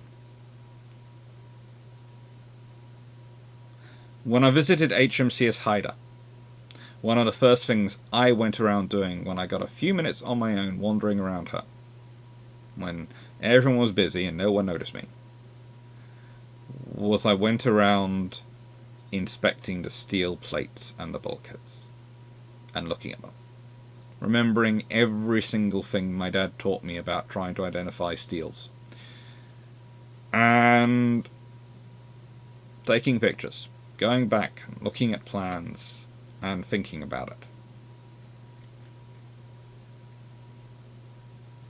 And I'm certain, 90% certain, that some of the listings on the plans of what steel's included is right, but not completely correct. In that it is that type of steel, but I'm fairly sure there are different grades of that type of steel being used.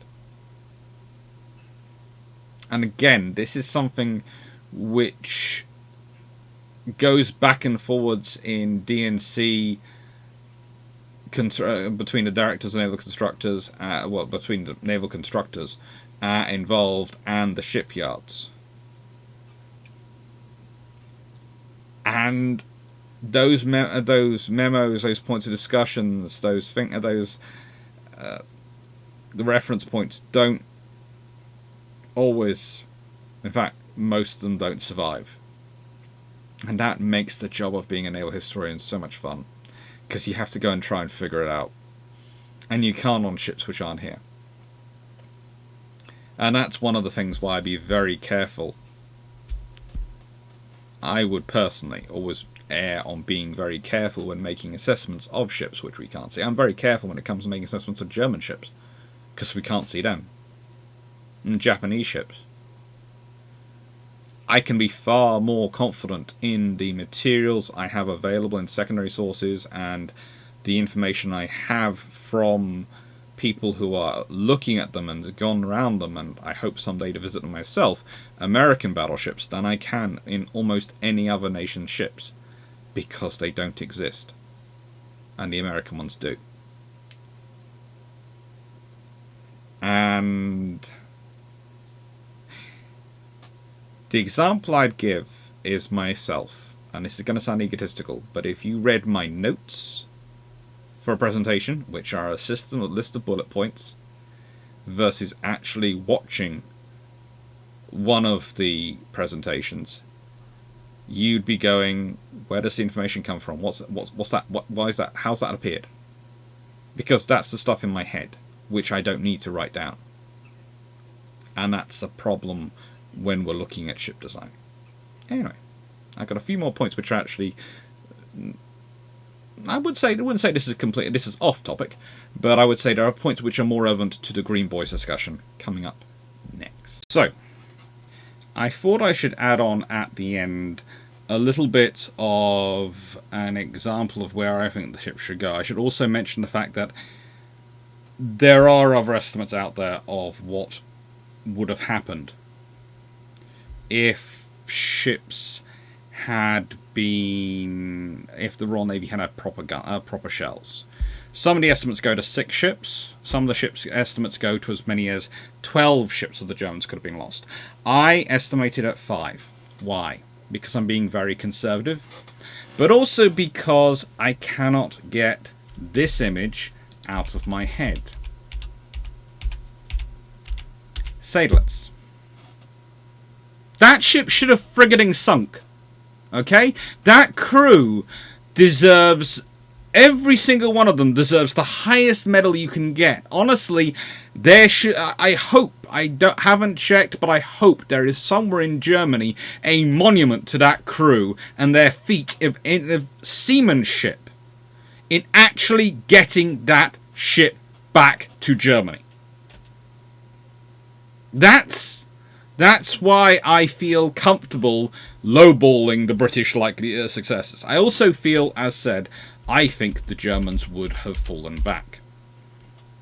I think they would have lost Lutzow, the Flinger, and Sadelets. I think they would have lost those ships. I think Hipper would have been killed. Looking at the results of what happens, especially when 5th Battle Squadron joins the fight in the battlecruiser action, that's devastating if those shells work. Those 15-inch shells, there is not a single battlecruiser in the world then or ever really designed to deal with 15-inch shells coming in at that range. You have to think about the ranges they're engaging at. It's absurdly short range. You're talking 14 kilometers. If we consider cruiser engagement ranges in World War II are 18,000 yards is considered a fairly regular engagement range for capital ships, battle cruisers or battleships, to be engaging at 14 kilometers. Sheesh. And the guns don't change that much. Yes, they change. Yes, they evolve. Yes, they're improved versions of them. But still, those are hefty guns to be engaging with each other at 14 kilometers. Some of them less.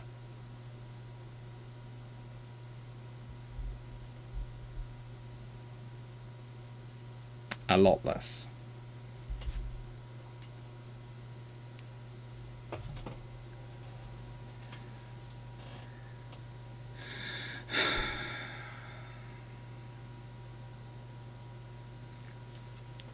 Now, the engagement is interesting in terms of the ships lost, because I still think the British do lose some ships, and that's another thing I want to factor in this. I do not think the British escape scot-free because they have those better shells. I don't. And that could be a problem for the British on another level, because if they are losing ships still, even with better shells, that's going to make people question even more what exactly is wrong with those ships. Which is going to probably make people have to look even more closely at Beatty. I would say, out of any of the things which save his professional reputation within the Royal Navy, after Jutland, it's the blaming things on the shells, and it's the fact the shells were proven to be bad. And that Jellicoe needed Beatty's political support. Now, when we consider, though, that Lion was firing away against Lutzow and scoring some hits,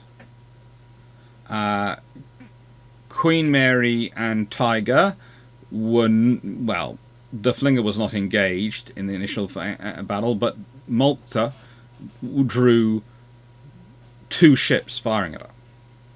And again, the problem with the battle cruisers at this point, because as I said, under this scenario, I think the British would have upped their accuracy and upped their rate of fire. I think the battle cruisers would have gone even more towards the rate of fire, which means those guns could have been even more dangerous than they were historically.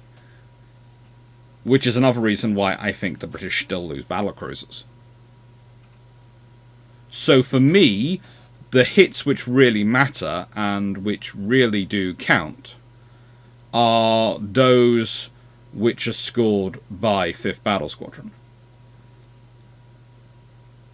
I think there is an odds-on chance that with better shells, BT does take out at least one of the battle cruisers.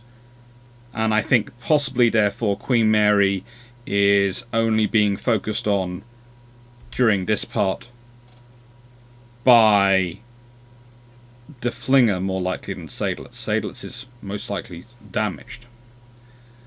But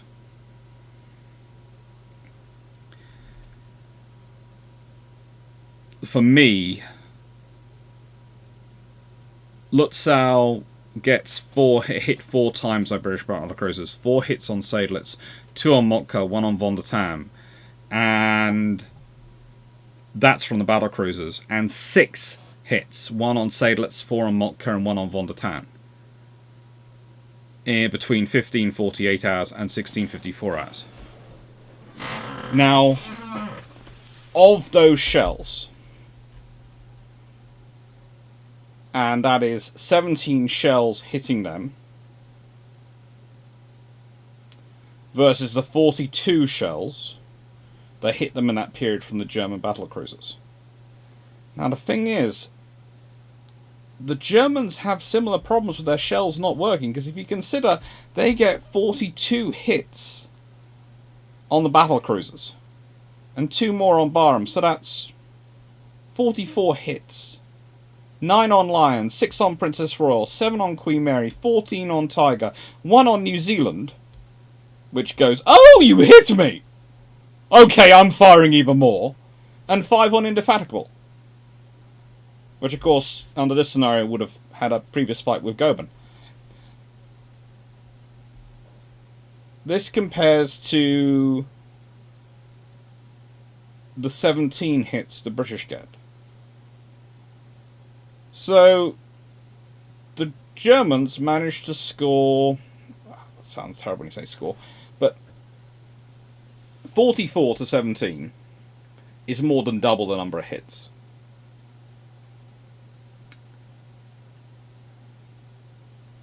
And proportionally, their shells work twice as much, work properly.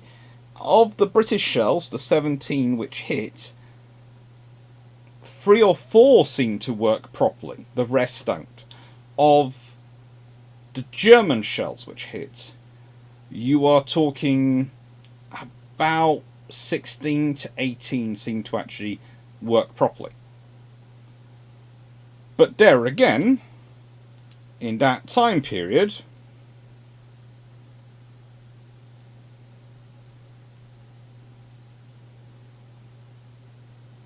well, Queen Mary is the vessel lost. She gets 7 hits. So the British lose 1 battlecruiser in that time period.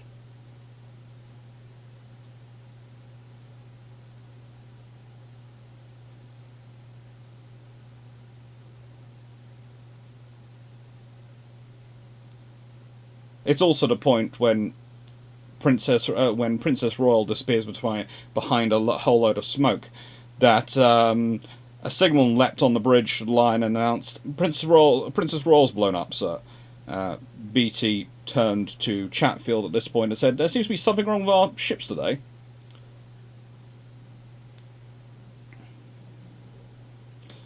There's no official report of him then ordering them 2 points to port or anything like that. Princess Royal, though, of course, was actually still afloat after the spray cleared. So he was being a bit of an amateur dramaticist. But the point is, those 6 15-inch hits, 1 on Seydlitz, 4 on Moltke, and 1 on Von der Tann. 4 16-inch shells hit Moltke. And please note, the thing about the battleships at this angle of the point is they can only... 3 of them can actually fire, and they can only fire with half their turrets at this point because of their angle in the battle in that period, sort of what we're talking about. And they are swinging their turrets round, but there's also smoke and other things in the way. So their level of hitting is similar to the level that Germans are achieving for the number of shells they're actually firing. Full broadsides versus just forward guns. It's a fun scenario when you're looking at it. And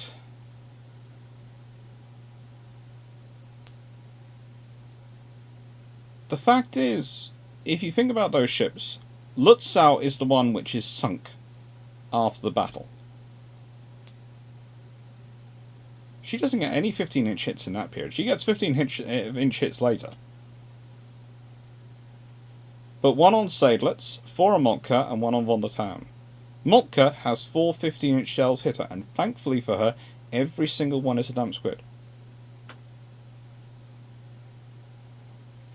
So, I can see where other people start to say 6, or 7, or 8, or try and go for a dozen ships, because I think, honestly, Moltke could well be added to the list. She isn't damaged as much, but if those shells had worked,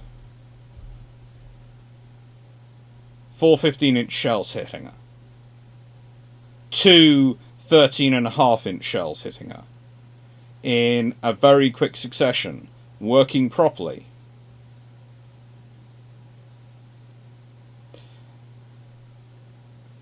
I think Moltke would be gone. And I think then you have 4 battle cruisers left. The 4 battle cruisers of the Germans, 5 gone, and 1 battle cruiser left. I do not see how, under that scenario, the German Navy proceeds, the High Seas Fleet proceeds. There are people already commenting, because I'm recording this after commenting because I decided to re-record this bit and add it in on the end of the video for an extended edition. There are people already commenting, quite rightly, that that there are two scenarios where the Germans carry on: the sunk cost fallacy scenario, and the thinking that because there's battleships and there's battlecruisers there, that's all that the British fleet is out there, and they can win against them. And I do know where that comes from, but I do not see Scheer as that kind of person, especially if it's got worse. I see him thinking my battlecruisers have been wiped out by fast battleships. And that's what the Germans would attribute to. And I think, honestly, that's what the British would attribute to in the end. BT might get some of the glory, but everyone in the Admiralty would think it was the 5th Battle Squadron. And I think that's why, to my mind, at that point, the Admirals become fast battleships rather than battle cruisers. Because, as I said before, there's the capital ship, and this is in other videos I've talked about this. There is what I call the capital ship. How to put this? The capital ship scale. You start off this end with battle cruisers, 2 words. Then you have battle cruisers, 1 word. Then you have fast battleships. And then you have battleships. And basically it equates to how close you're going to the center of that whole sort of, well, the triangle of firepower, armor, and speed. How much you're prepared to go from one side to the other.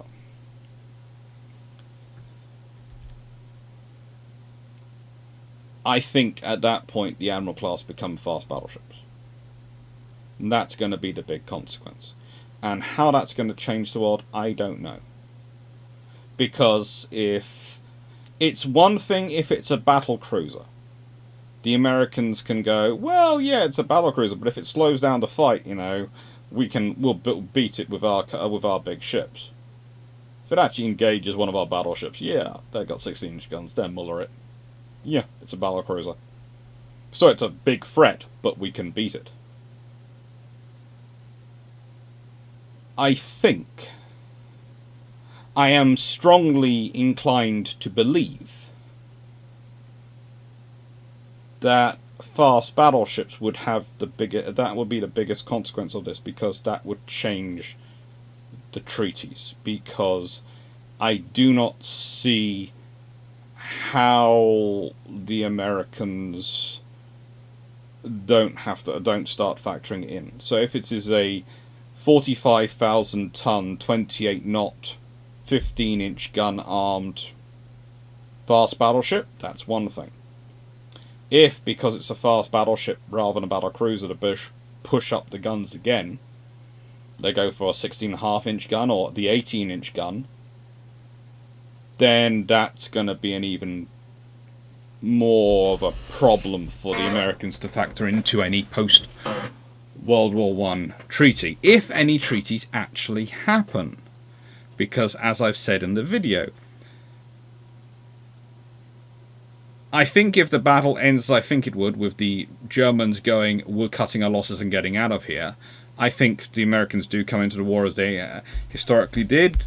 It might even be earlier, because the Germans might recourse to unrestricted submarine warfare even sooner. I know, I've done a video on him. Henning von Holzendorf, the Chief of Staff of the Kaiserlich Marine, would certainly have pushed for it sooner. And he was the one who was basically going, we have to do this because we have no choice. And there's a video on my channel on Henning von Holzendorf, in fact on all the Chiefs of Staff of the Axis Navies, if you want to go see them. Just have a look at it and you'll find a whole series of them from World War II, but they include some of the notable ones from World War I and interwar years. Holzendorf included. I think he would have pushed for it earlier. That might have brought the Americans into World War I earlier, which might have ended up ending World War One earlier, but that also might have... It could have changed things, it might not have changed things in terms of the treaties. But I think if you have more than one, which I see is more likely, because again, if you're building a fast battleship, the whole keep playing around with the battle cruisers to get the balance of armor, firepower, and speed for the battle cruiser role as you're viewing it for a future war is actually slightly easier to deal with a fast battleship, because you can think, well, sorry, I can always take off armor to add speed, to increase its speed, and I can always add in more armor if I want to, because it's a fast battleship, and then I just accept its slower speed. It actually makes life a little bit easier. Designing a fast battleship is actually an easier balancing operation than designing a battle cruiser. So, I see that as the likely confluence of events. Anyway, I hope you found it interesting, and I hope you found this useful as an old piece of alternative history to have a look at. Anyway, I'm going to add this on to the end of the video, and this will be the extended version, which will come out at some point during the year. Thank you very much for watching.